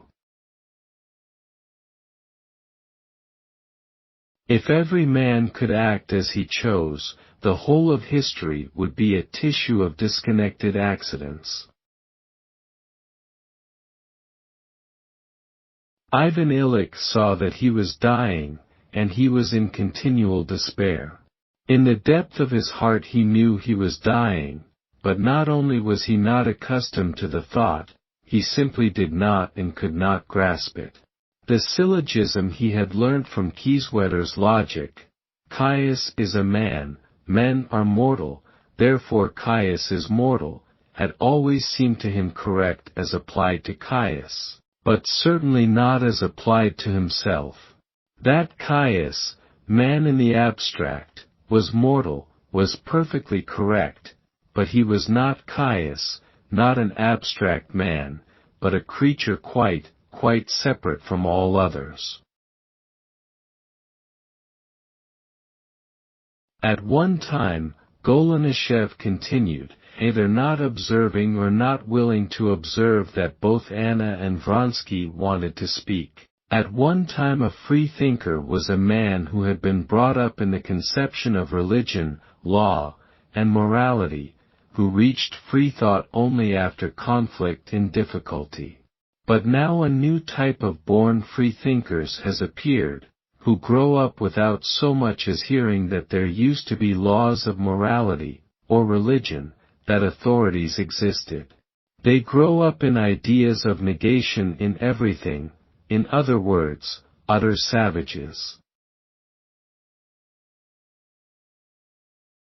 Is it possible to say what one really feels? Even if the absence of government really did mean anarchy in a negative, disorderly sense, which is from being the case, even then, no anarchical disorder could be worse than the position to which government has led humanity.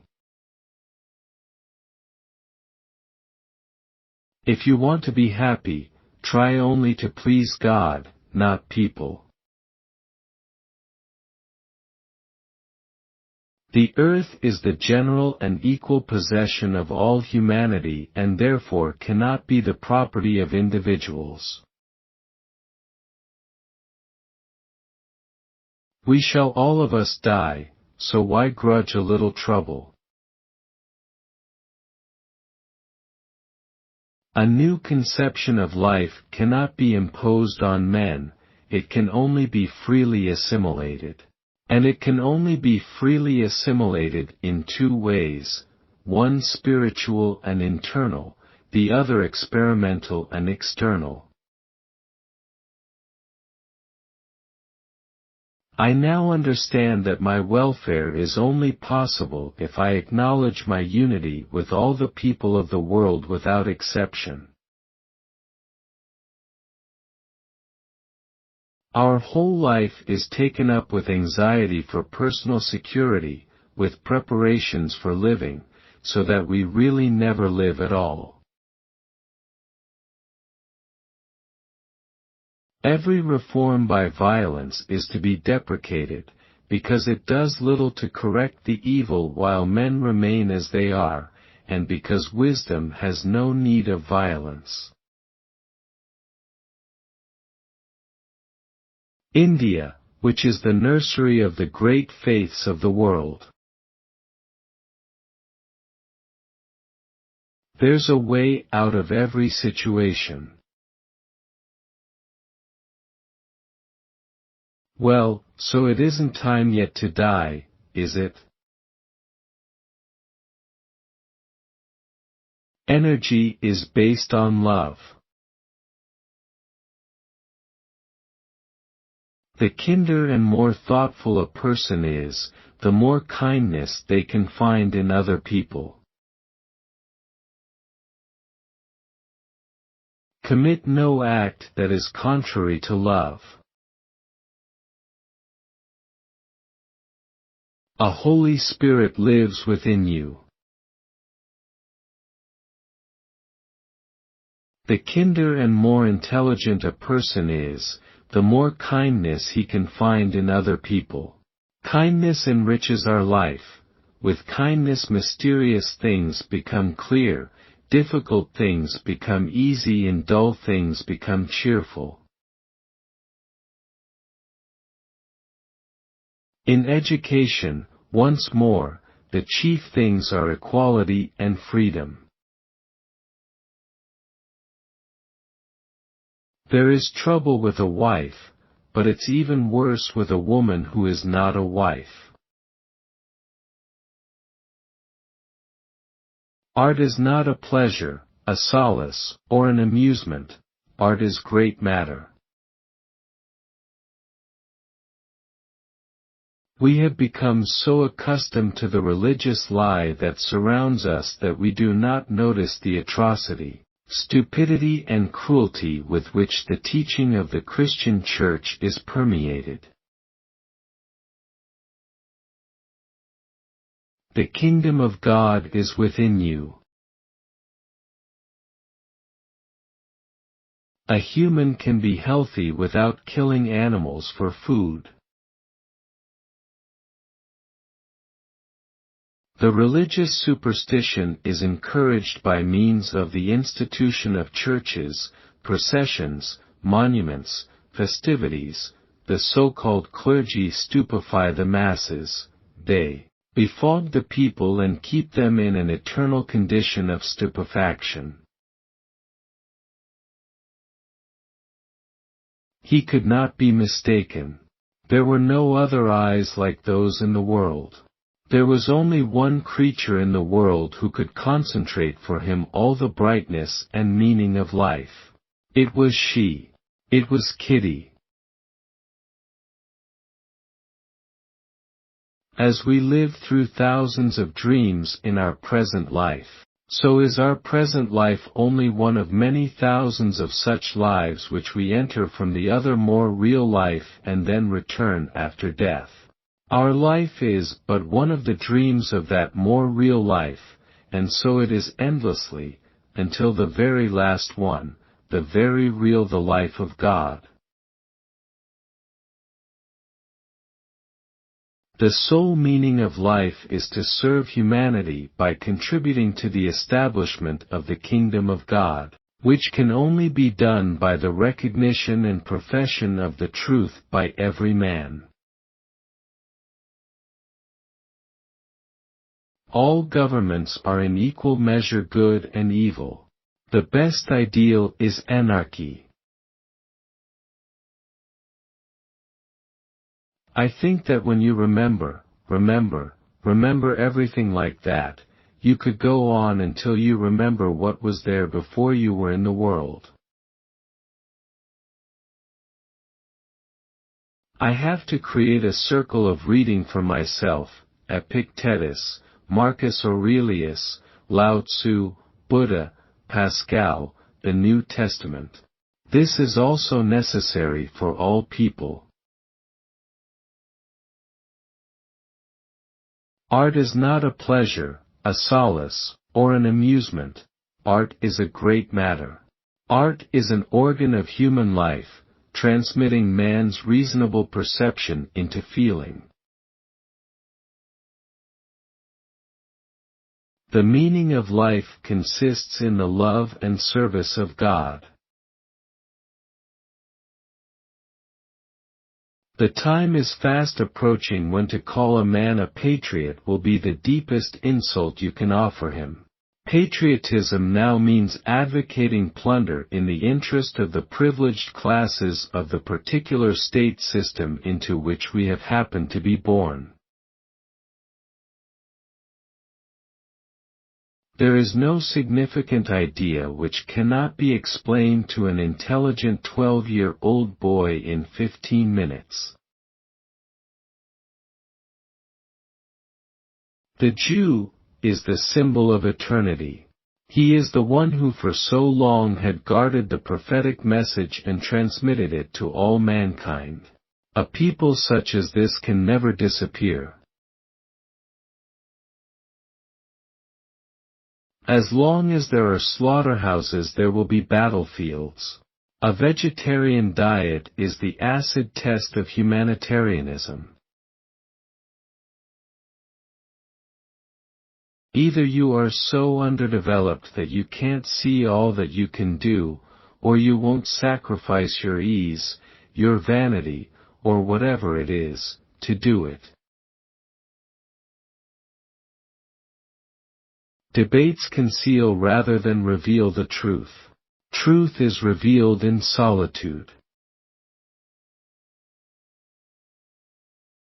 Man has received direct from God only one instrument wherewith to know himself and to know his relation to the universe. He has no other, and that instrument is reason.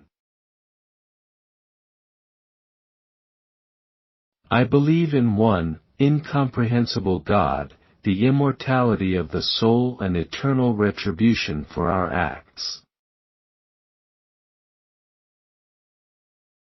He soon felt that the fulfillment of his desires gave him only 1 grain of the mountain of happiness he had expected.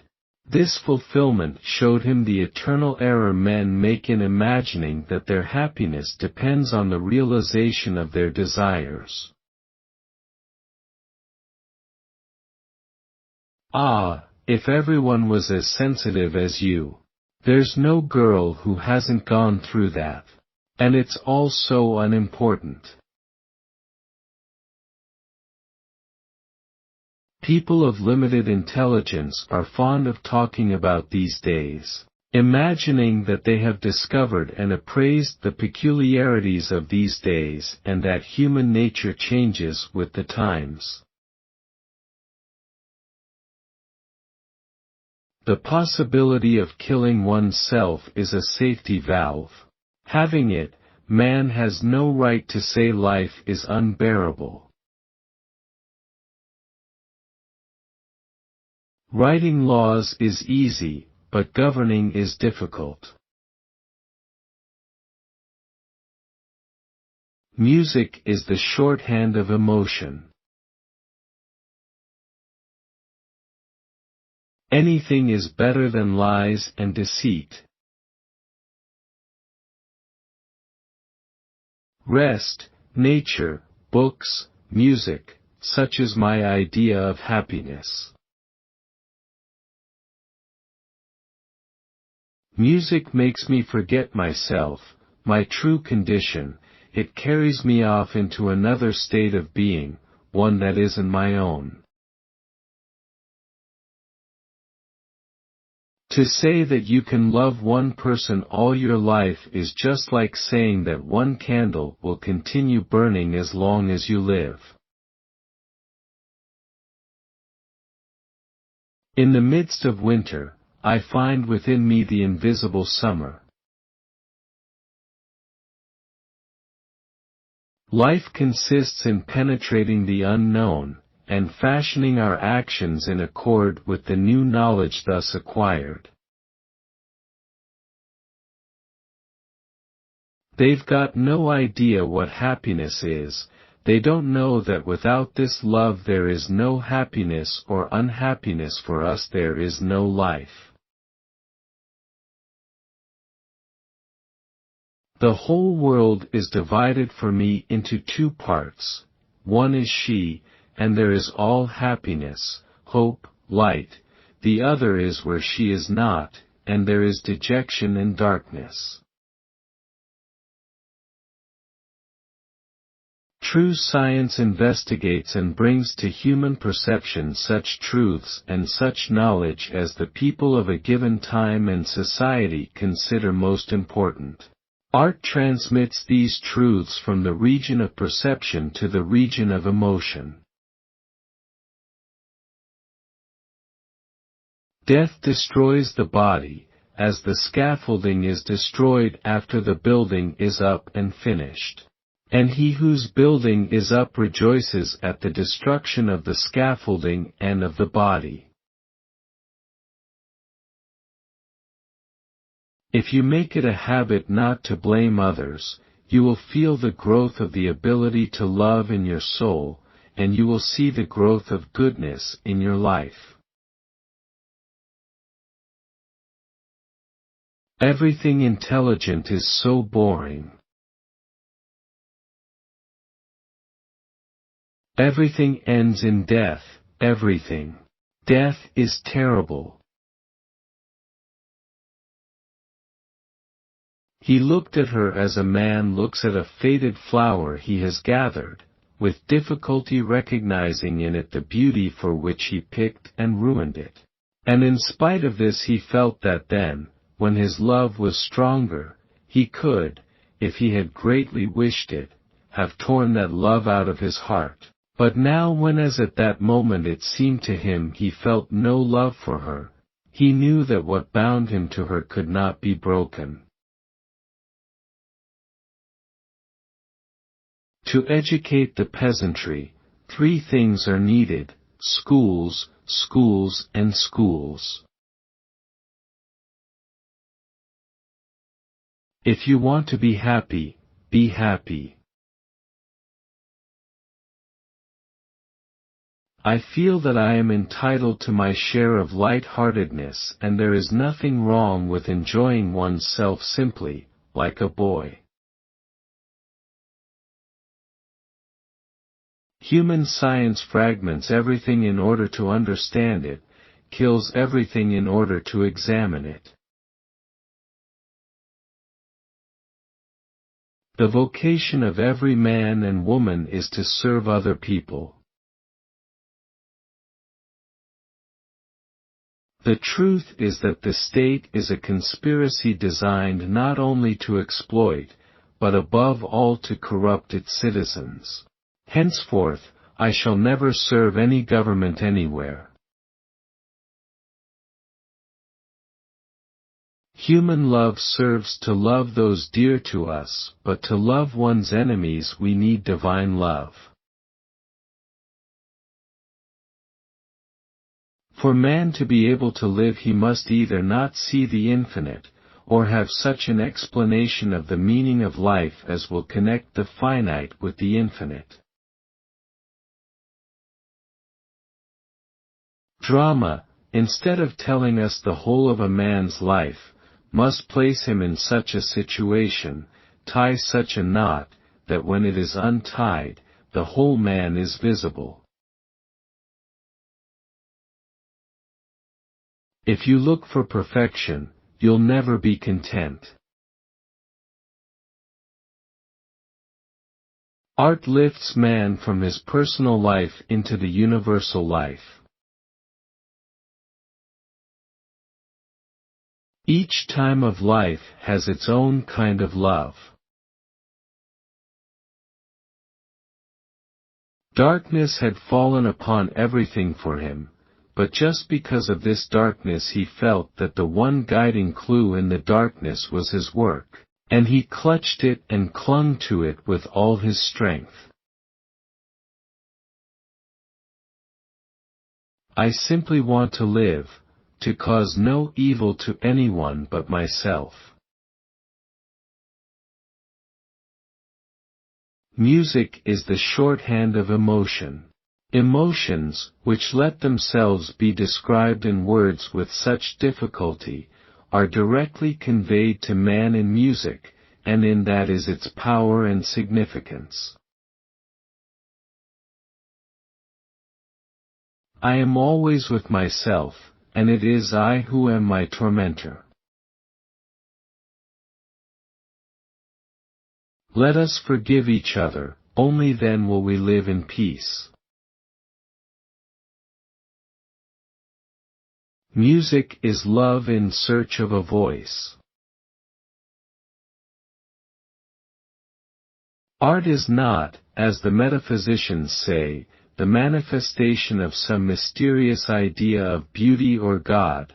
It is not, as the aesthetical physiologists say, a game in which man lets off his excess of stored-up energy. It is not the expression of man's emotions by external signs.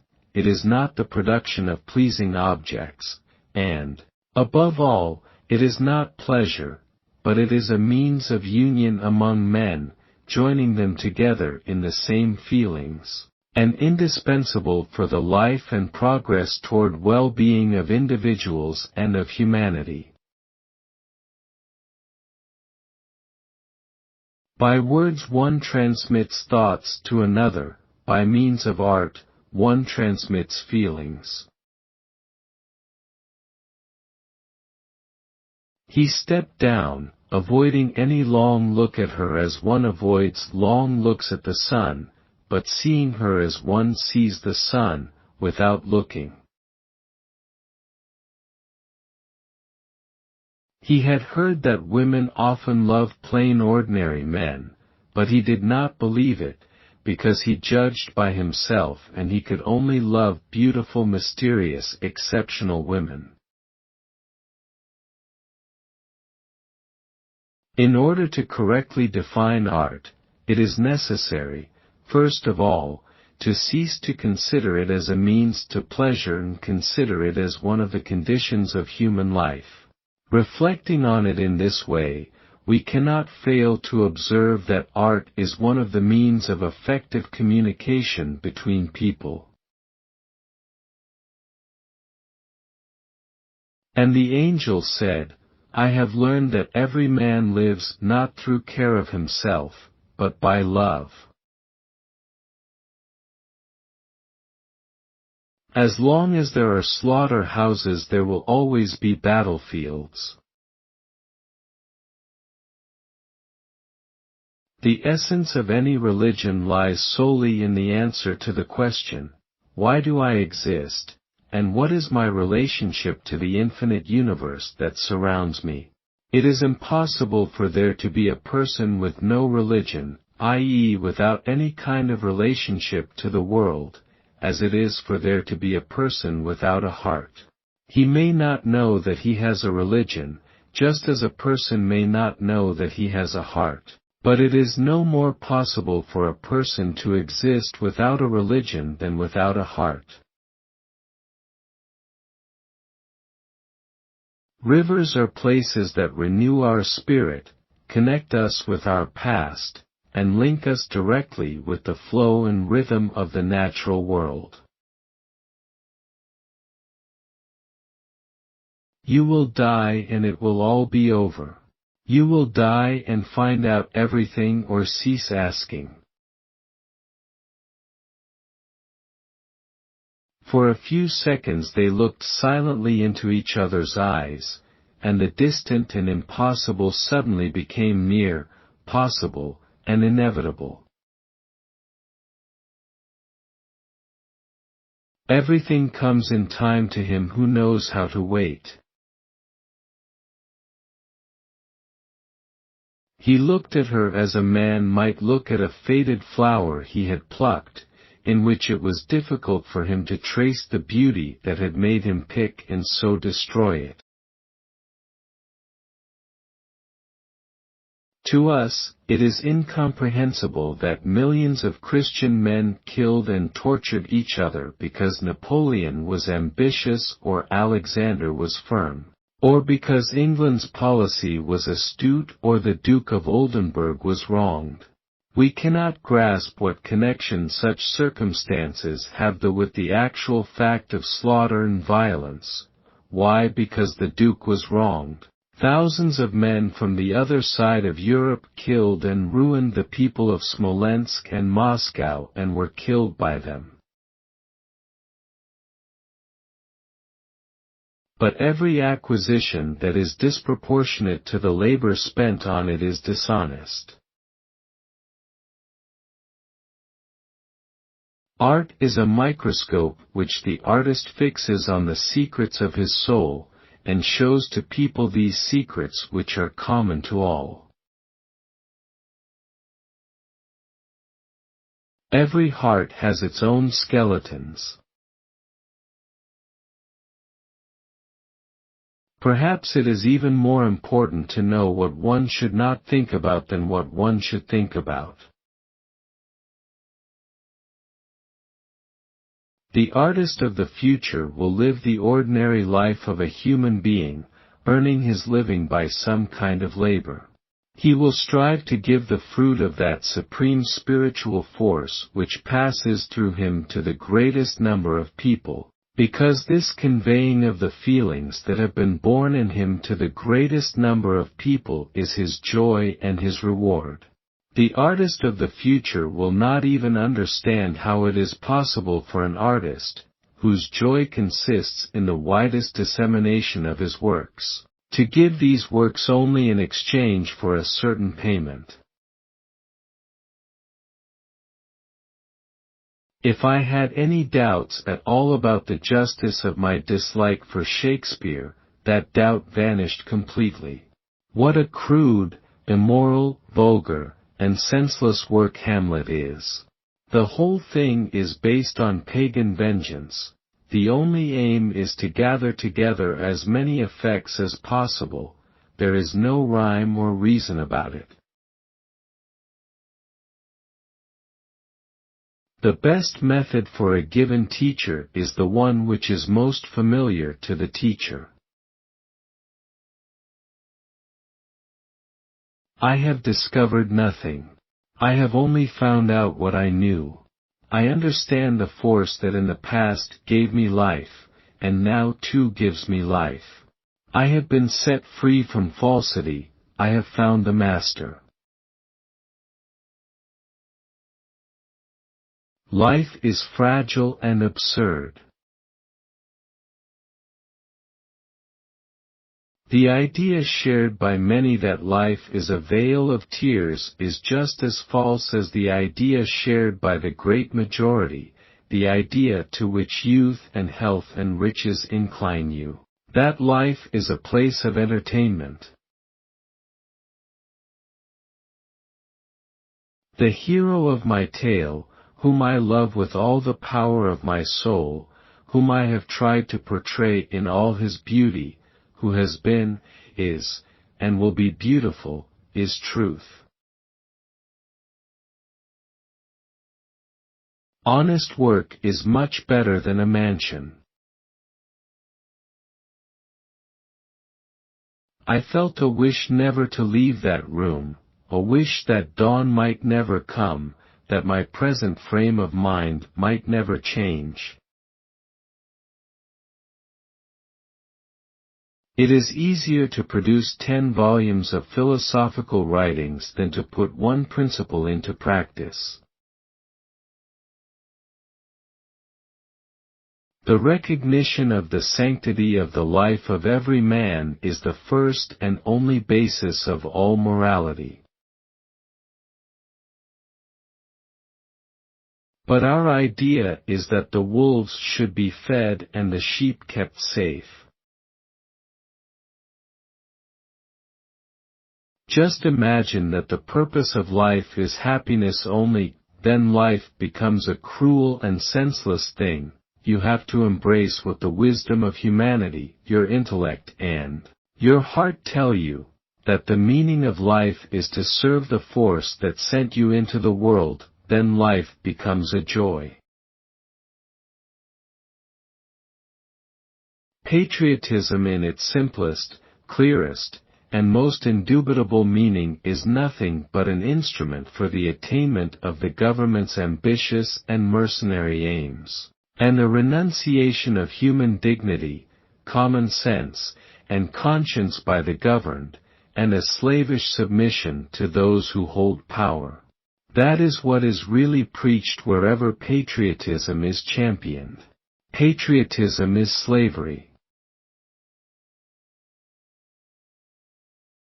Thou shalt not kill does not apply to murder of one's own kind only, but to all living beings, and this commandment was inscribed in the human breast long before it was proclaimed from Sinai.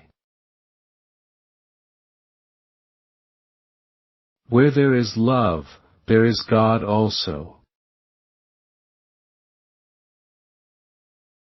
Art is the uniting of the subjective with the objective, of nature with reason, of the unconscious with the conscious, and therefore art is the highest means of knowledge. The business of art lies just in this, to make that understood and felt which, in the form of an argument, might be incomprehensible and inaccessible. I wanted movement and not a calm course of existence. I wanted excitement and danger and the chance to sacrifice myself for my love. What I think about vivisection is that if people admit that they have the right to take or endanger the life of living beings for the benefit of many, there will be no limit to their cruelty. These joys were so trifling as to be as imperceptible as grains of gold among the sand, and in moments of depression she saw nothing but the sand. Yet there were brighter moments when she felt nothing but joy, saw nothing but the gold. In order to understand, observe, deduce, man must first be conscious of himself as alive. Sometimes she did not know what she feared, what she desired, whether she feared or desired what had been or what would be, and precisely what she desired, she did not know. Ivan Ilyitch's life had been most simple and most ordinary and therefore most terrible. You can love a person dear to you with a human love, but an enemy can only be loved with divine love. Happiness consists in always aspiring perfection. The pause in any level in perfection is the pause of happiness. I always loved you, and if one loves anyone, one loves the whole person, just as they are and not as one would like them to be. Dolly. Kings are the slaves of history. One can no more approach people without love than one can approach bees without care. Such is the quality of bees. If we admit that human life can be ruled by reason, then all possibility of life is destroyed. How can one be well, when one suffers morally?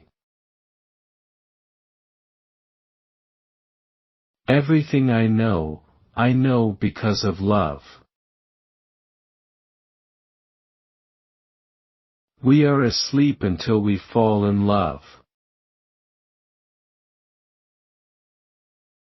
For if we allow that human life is always guided by reason, we destroy the premise that life is possible at all.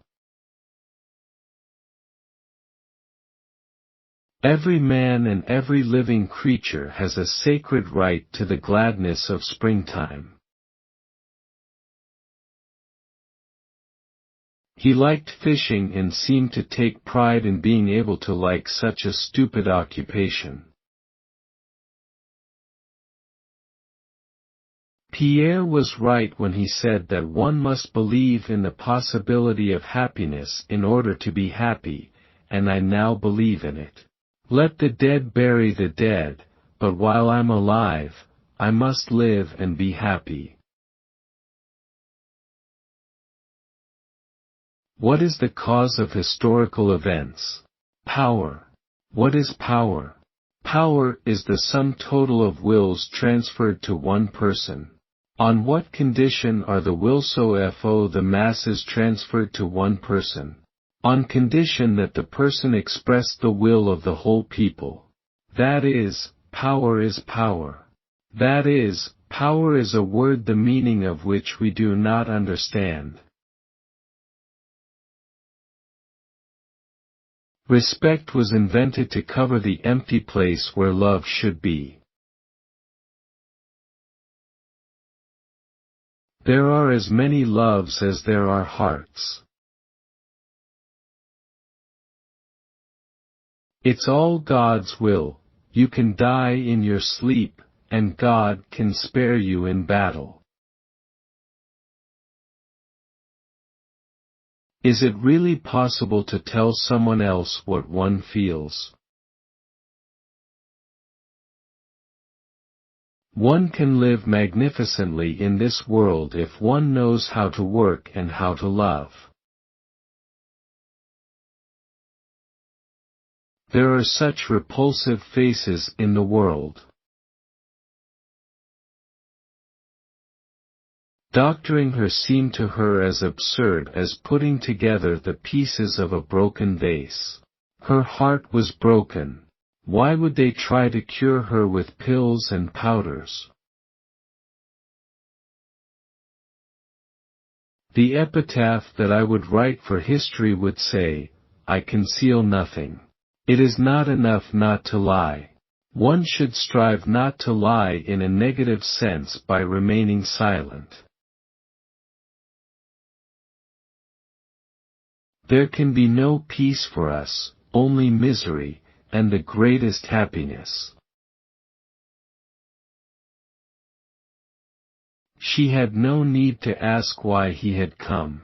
She knew as certainly as if he had told her that he was here to be where she was. We live in this world like a child who enters a room where a clever person is speaking. The child did not hear the beginning of the speech, and he leaves before the end, and there are certain things which he hears but does not understand. As soon as men live entirely in accord with the law of love natural to their hearts and now revealed to them, which excludes all resistance by violence, and therefore hold aloof from all participation in violence, as soon as this happens, not only will hundreds be unable to enslave millions, but not even millions will be able to enslave a single individual. Though it is possible to utter words only with the intention to fulfill the will of God, it is very difficult not to think about the impression which they will produce on men and not to form them accordingly. But deeds you can do quite unknown to men, only for God. And such deeds are the greatest joy that a man can experience. Why am I going? He repeated, looking straight into her eyes. You know that I am going in order to be where you are, said he. I cannot do otherwise. Not a word, not a movement of yours will I ever forget, nor can I. A man's every action is inevitably conditioned by what surrounds him and by his own body. The only purpose of education is freedom, the only method is experience. Patience is waiting. Not passively waiting. That is laziness. But to keep going when the going is hard and slow, that is patience. The two most powerful warriors are patience and time. The truth is obtained like gold, not by letting it grow bigger, but by washing off from it everything that isn't gold. It's like scarlet fever, one has to get it over. Then one should invent a way of inoculating love, like vaccination. Every time I tried to express my most heartfelt desires to be morally good I met with contempt and ridicule, and as soon as I would give in to vile passions I was praised and encouraged. Ambition, love of power, self-interest, lechery, pride, anger, vengeance, all of it was highly esteemed. What are wanted are not constitutions and revolutions, nor all sorts of conferences and congresses, nor the many ingenious devices for submarine navigation and aerial navigation, nor powerful explosives, nor all sorts of conveniences to add to the enjoyment of the rich, ruling classes, but one thing only is needful, the knowledge of the simple and clear truth, that, for our life one law is valid, the law of love, which brings the highest happiness to every individual as well as to all mankind. If the thought ever comes to you that everything that you have thought about God is mistaken and that there is no God, do not be dismayed. It happens to many people. But do not think that the source of your unbelief is that there is no God. It's much better to do good in a way that no one knows anything about it. The goal of our life should not be to find joy in marriage, but to bring more love and truth into the world. We marry to assist each other in this task. The most selfish and hateful life of all is that of two beings who unite in order to enjoy life. The highest calling is that of the man who has dedicated his life to serving God and doing good, and who unites with a woman in order to further that purpose. A writer is dear and necessary for us only in the measure of which he reveals to us the inner workings of his very soul. The essence of all slavery consists in taking the product of another's labor by force. It is immaterial whether this force be founded upon ownership of the slave or ownership of the money that he must get to live. To tell the truth is very difficult, and young people are rarely capable of it. The legislation of Quran will spread all over the world, because it agrees with the mind, logic and wisdom. Flesh eating is simply immoral, as it involves the performance of an act which is contrary to moral feeling. By killing, man suppresses in himself, unnecessarily, the highest spiritual capacity, that of sympathy and pity towards living creatures like himself, and by violating his own feelings becomes cruel. As long as there are slaughterhouses, there will be battlefields. If everyone fought for their own convictions, there would be no war. The more he did nothing, the less time he had to do anything. Happiness does not depend on outward things, but on the way we see them. There are no conditions to which a person cannot grow accustomed, especially if he sees that everyone around him lives in the same way. Real art, like the wife of an affectionate husband, needs no ornaments.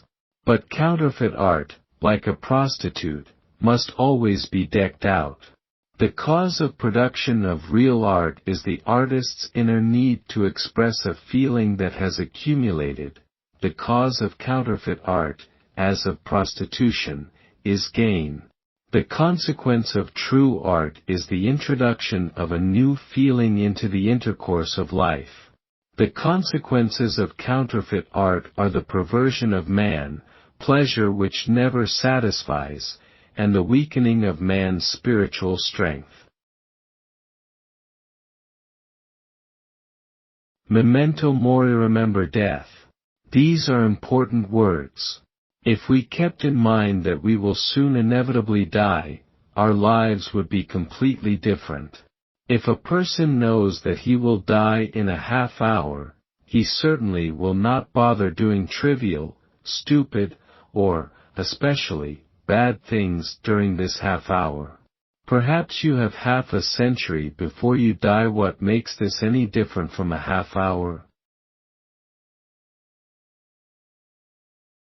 By digging into our souls, we often dig up what might better have remained there unnoticed. Alexis Alexandrovich. People try to do all sorts of clever and difficult things to improve life instead of doing the simplest, easiest thing, refusing to participate in activities that make life bad. To abolish war, it is necessary to abolish patriotism, and to abolish patriotism it is necessary first to understand that it is an evil. Tell people that patriotism is bad and most will reply, yes, bad patriotism is bad, but mine is good patriotism. Real wisdom is not the knowledge of everything, but the knowledge of which things in life are necessary, which are less necessary, and which are completely unnecessary to know. If you see that some aspect of your society is bad, and you want to improve it, there is only one way to do so: you have to improve people. And in order to improve people, you begin with only one thing: you can become better yourself. The only significance of life consists in helping to establish the kingdom of God. All that day she had had the feeling that she was playing in the theater with actors better than herself and that her poor playing spoiled the whole thing. Energy rests upon love, and come as it will, there's no forcing it. Though the doctors treated him, let his blood, and gave him medications to drink, he nevertheless recovered. It may be suggested by some books that it is not a sin to kill an animal, but it is written in our own hearts, more clearly than in any book, that we should take pity on animals in the same way as we do on humans. One may say with one's lips, I believe that God is one, and also three, but no one can believe it, because the words have no sense. The improvement of life was only accomplished to the extent to which it was based on a change of consciousness, that is, to the extent to which the law of violence was replaced in men's consciousness by the law of love. It is within my power either to serve God or not to serve Him. Serving Him, I add to my own good and the good of the whole world. Not serving Him, I forfeit my own good and deprive the world of that good, which was in my power to create.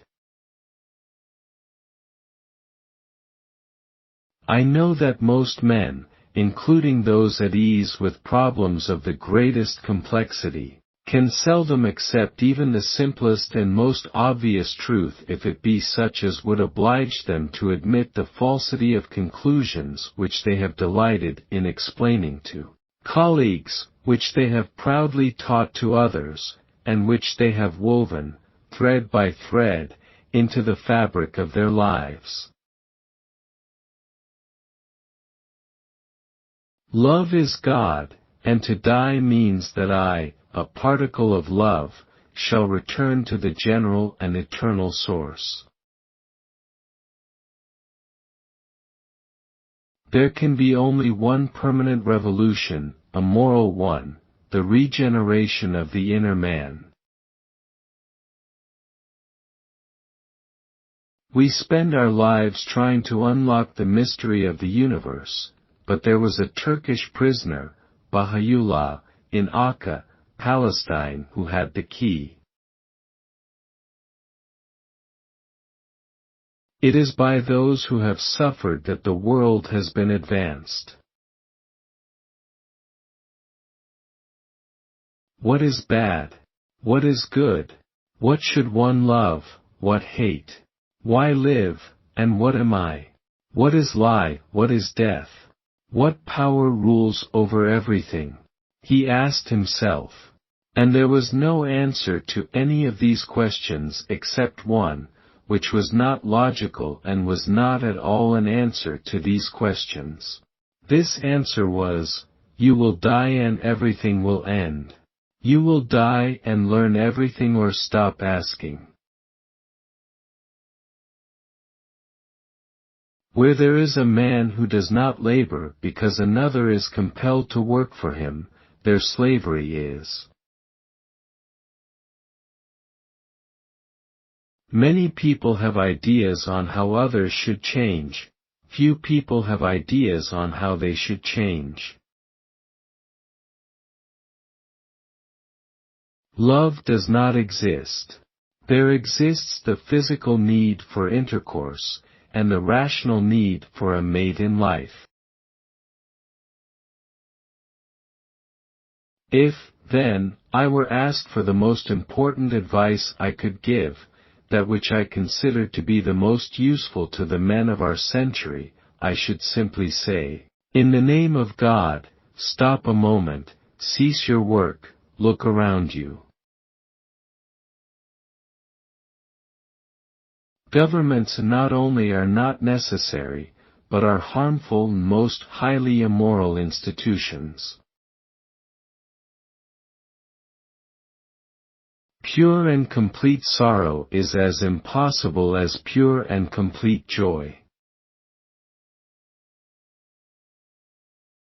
Only greatly insolent people establish a religious law which is to be taken for granted by others, which should be accepted by everyone on faith, without any discussion or doubts. Why must people do this? I have found that a story leaves a deeper impression when it is impossible to tell which side the author is on.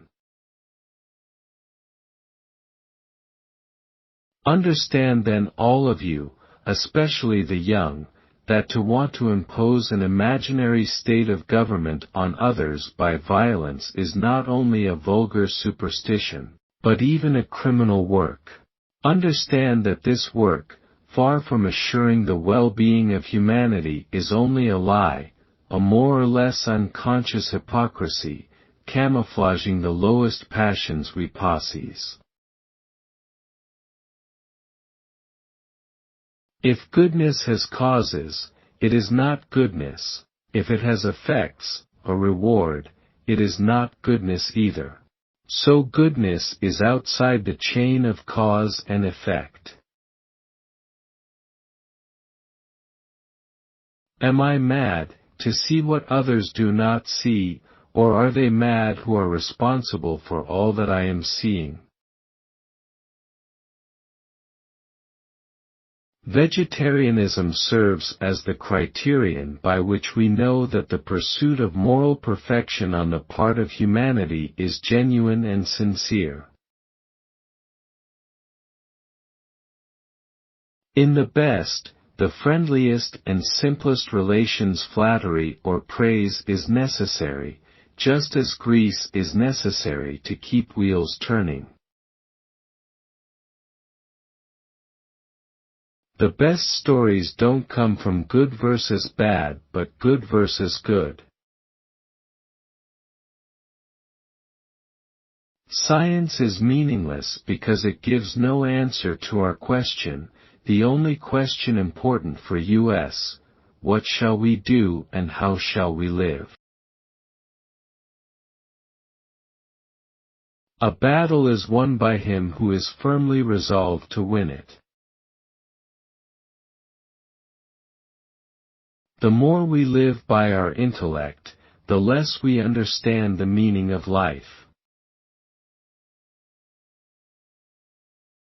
Smiling with pleasure, they went through their memories, not sad, old people's memories, but poetic, youthful ones, those impressions from the very distant past where dream merges with reality, and they laughed softly, rejoicing at something.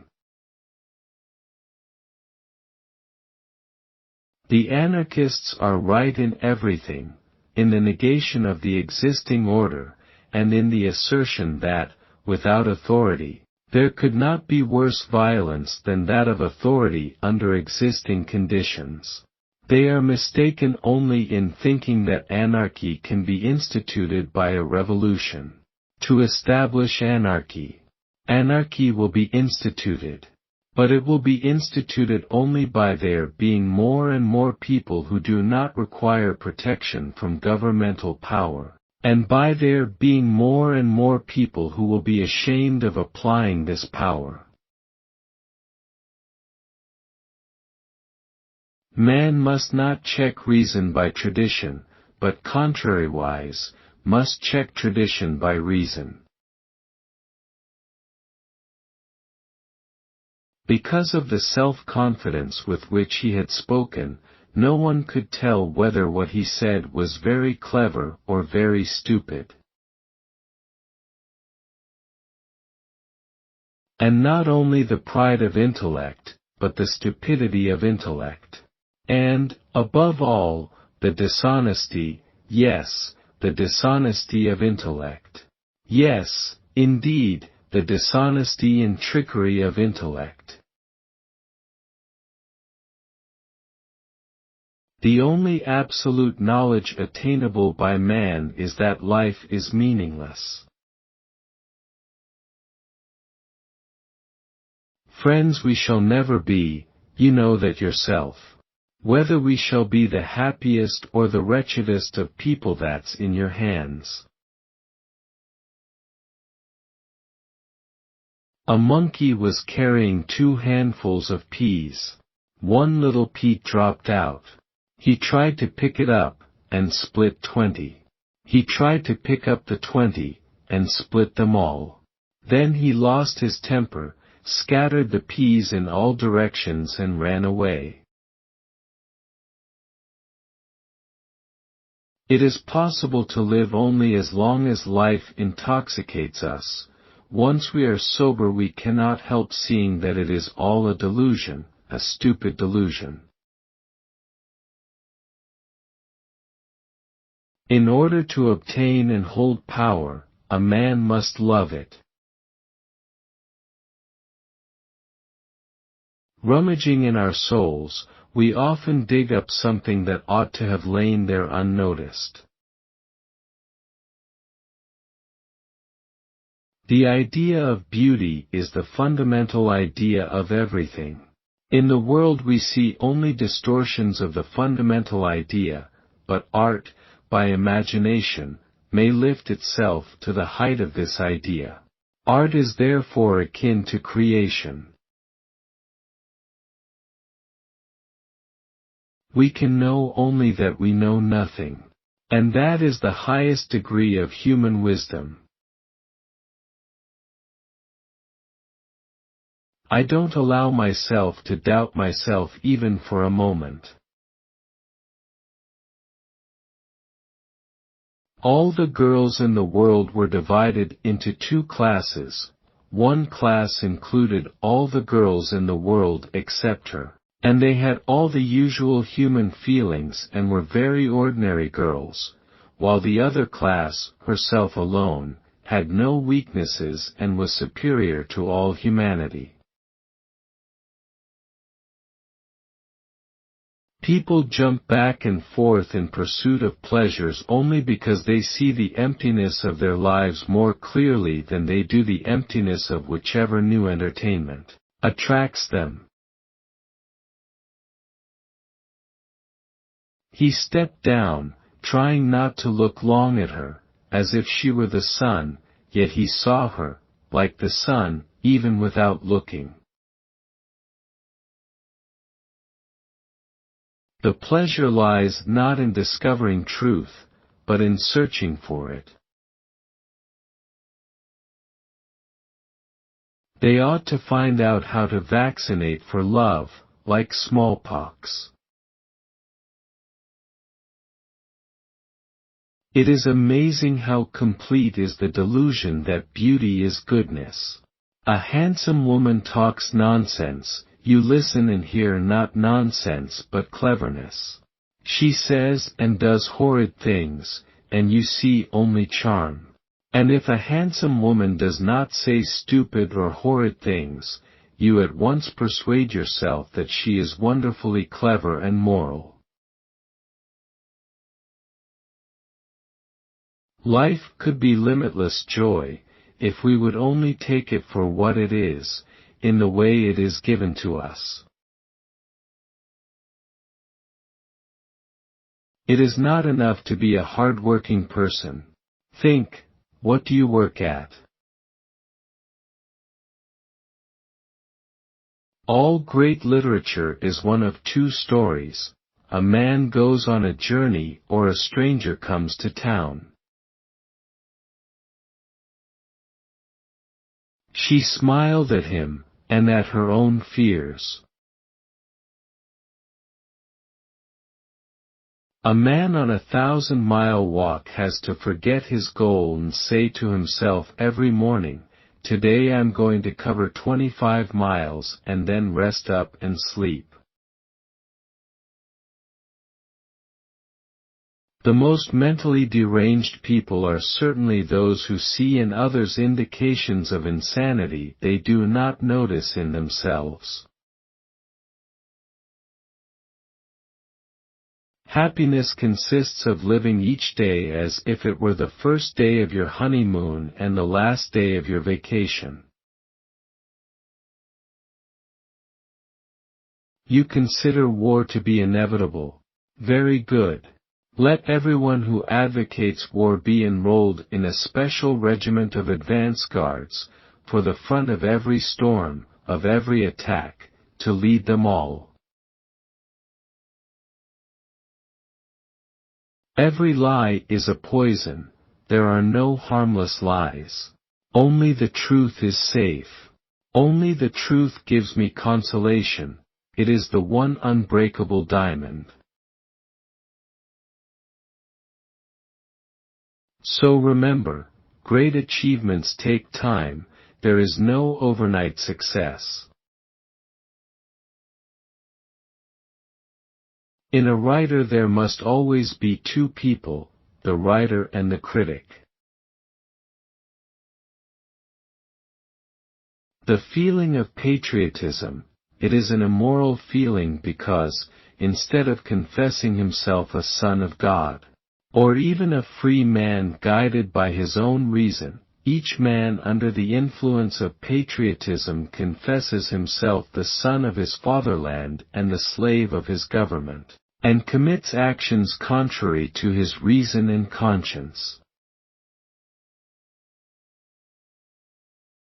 I think that in order to know love one must make a mistake and then correct it. A real work of art destroys, in the consciousness of the receiver, the separation between himself and the artist. But the law of loving others could not be discovered by reason, because it is unreasonable.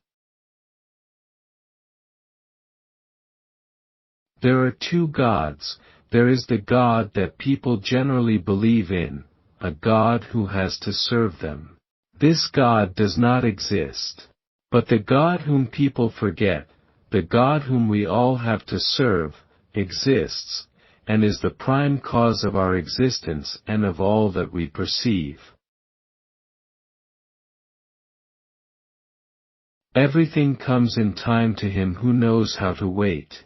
There is nothing stronger than these two, patience and time, they will do it all. Not one word, not one gesture of yours could I, ever forget. Himmlisch ist's, wenn ich bezwungen mir dich begehr, aber doch wenn's nicht gelungen hat, ich auch recht hübsch Plaisir. Loosely translated, it is heavenly, when I overcome my earthly desires, but nevertheless, when I'm not successful, it can also be quite pleasurable. One ought only to write when one leaves a piece of one's own flesh in the inkpot, each time one dips one's pen. And those who only know the non-Platonic love have no need to talk of tragedy. In such love there can be no sort of tragedy. In order to get power and retain it, it is necessary to love power, but love of power is not connected with goodness but with qualities that are the opposite of goodness, such as pride, cunning and cruelty. I think, if it is true that there are as many minds as there are heads, then there are as many kinds of love as there are hearts. To sin is a human business, to justify sins is a devilish business. He looked at her as a man looks at a faded flower he has gathered, with difficulty recognizing the beauty for which he picked and ruined it. Just as one candle lights another and can light thousands of other candles, so one heart illuminates another heart and can illuminate thousands of other hearts. Muhammad has always been standing higher than the Christianity. He does not consider God as a human being and never makes himself equal to God. Muslims worship nothing except God and Muhammad is his messenger. There is no any mystery and secret in it. Each person's task in life is to become an increasingly better person. All the variety, all the charm, all the beauty of life is made up of light and shadow. But I'm glad you'll see me as I am. Above all, I wouldn't want people to think that I want to prove anything. I don't want to prove anything, I just want to live, to cause no evil to anyone but myself. I have that right, haven't I? Spring is the time of plans and projects. If people tell you that you should live your life preparing for the future, do not believe them. Real life is found only in the present.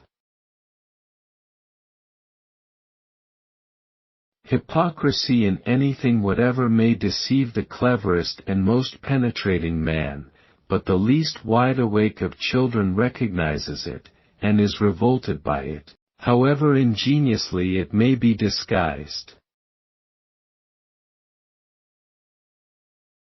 When the suffering of another creature causes you to feel pain, do not submit to the initial desire to flee from the suffering one, but on the contrary, come closer, as close as you can to her who suffers, and try to help her. Death is more certain than the morrow, than night following day, than winter following summer. Why is it then that we prepare for the night and for the winter time, but do not prepare for death? We must prepare for death. But there is only one way to prepare for death, and that is to live well. The most important knowledge is that which guides the way you lead your life. Money is a new form of slavery, and distinguishable from the old simply by the fact that it is impersonal, that there is no human relation between master and slave.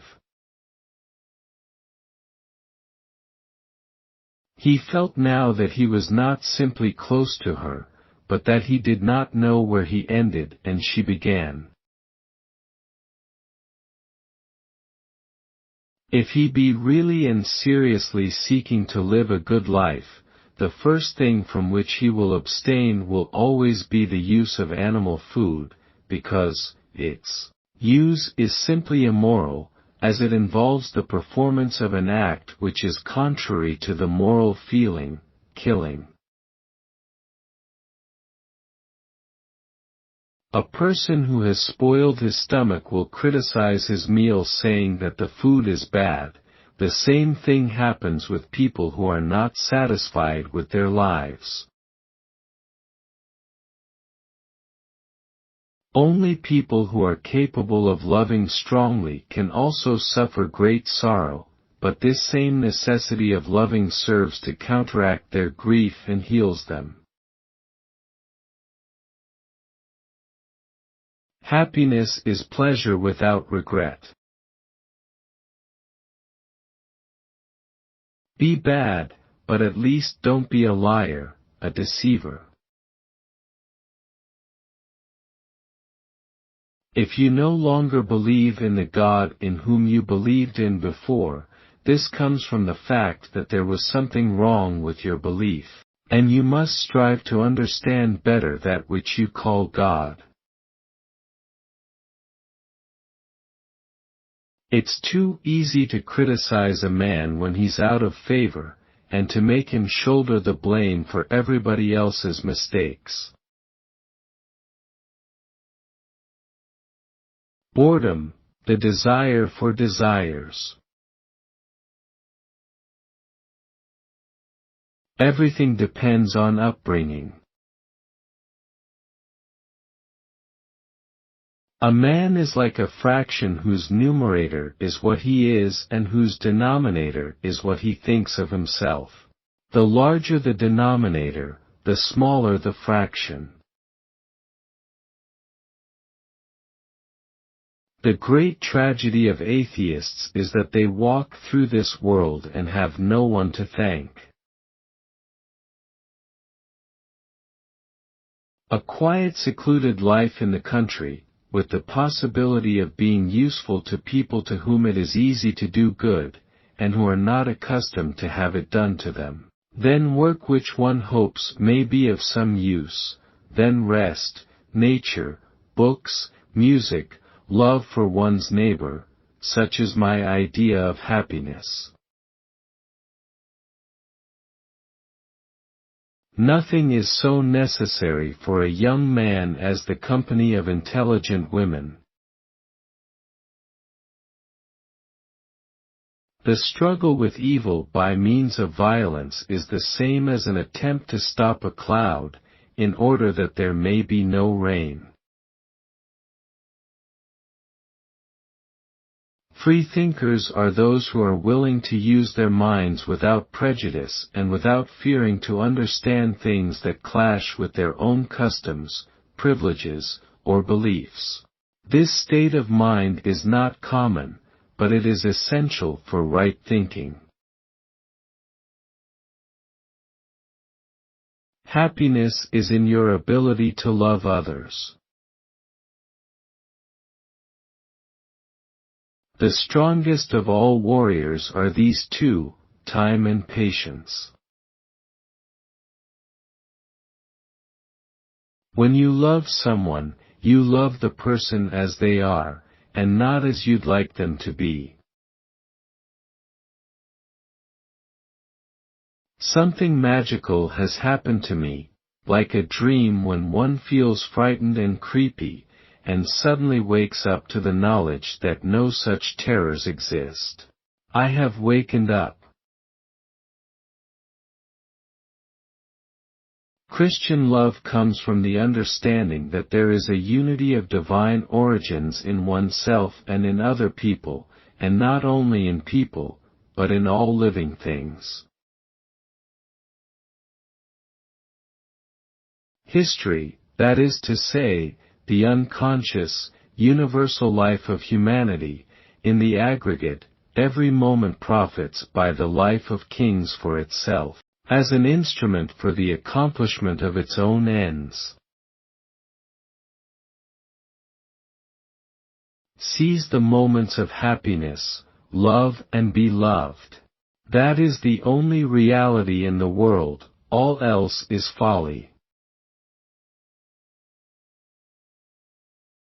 There is something in the human spirit that will survive and prevail. There is a tiny and brilliant light burning in the heart of man that will not go out no matter how dark the world becomes. Which is worse? The wolf who cries before eating the lamb, or the wolf who does not? What a strange illusion it is to suppose that beauty is goodness. A free thinker used to be a man who had been educated on ideas of religion, law, morality, and had arrived at free thought by virtue of his own struggle and toil. But now a new type of born free thinker has been appearing, who've never even heard that there have been laws of morality and religion, and that there are authorities, but who simply grow up with negative ideas about everything, that is, savages. Once we're thrown off our habitual paths, we think all is lost, but it's only here that the new and the good begins. If you want to be happy, be. Love is life.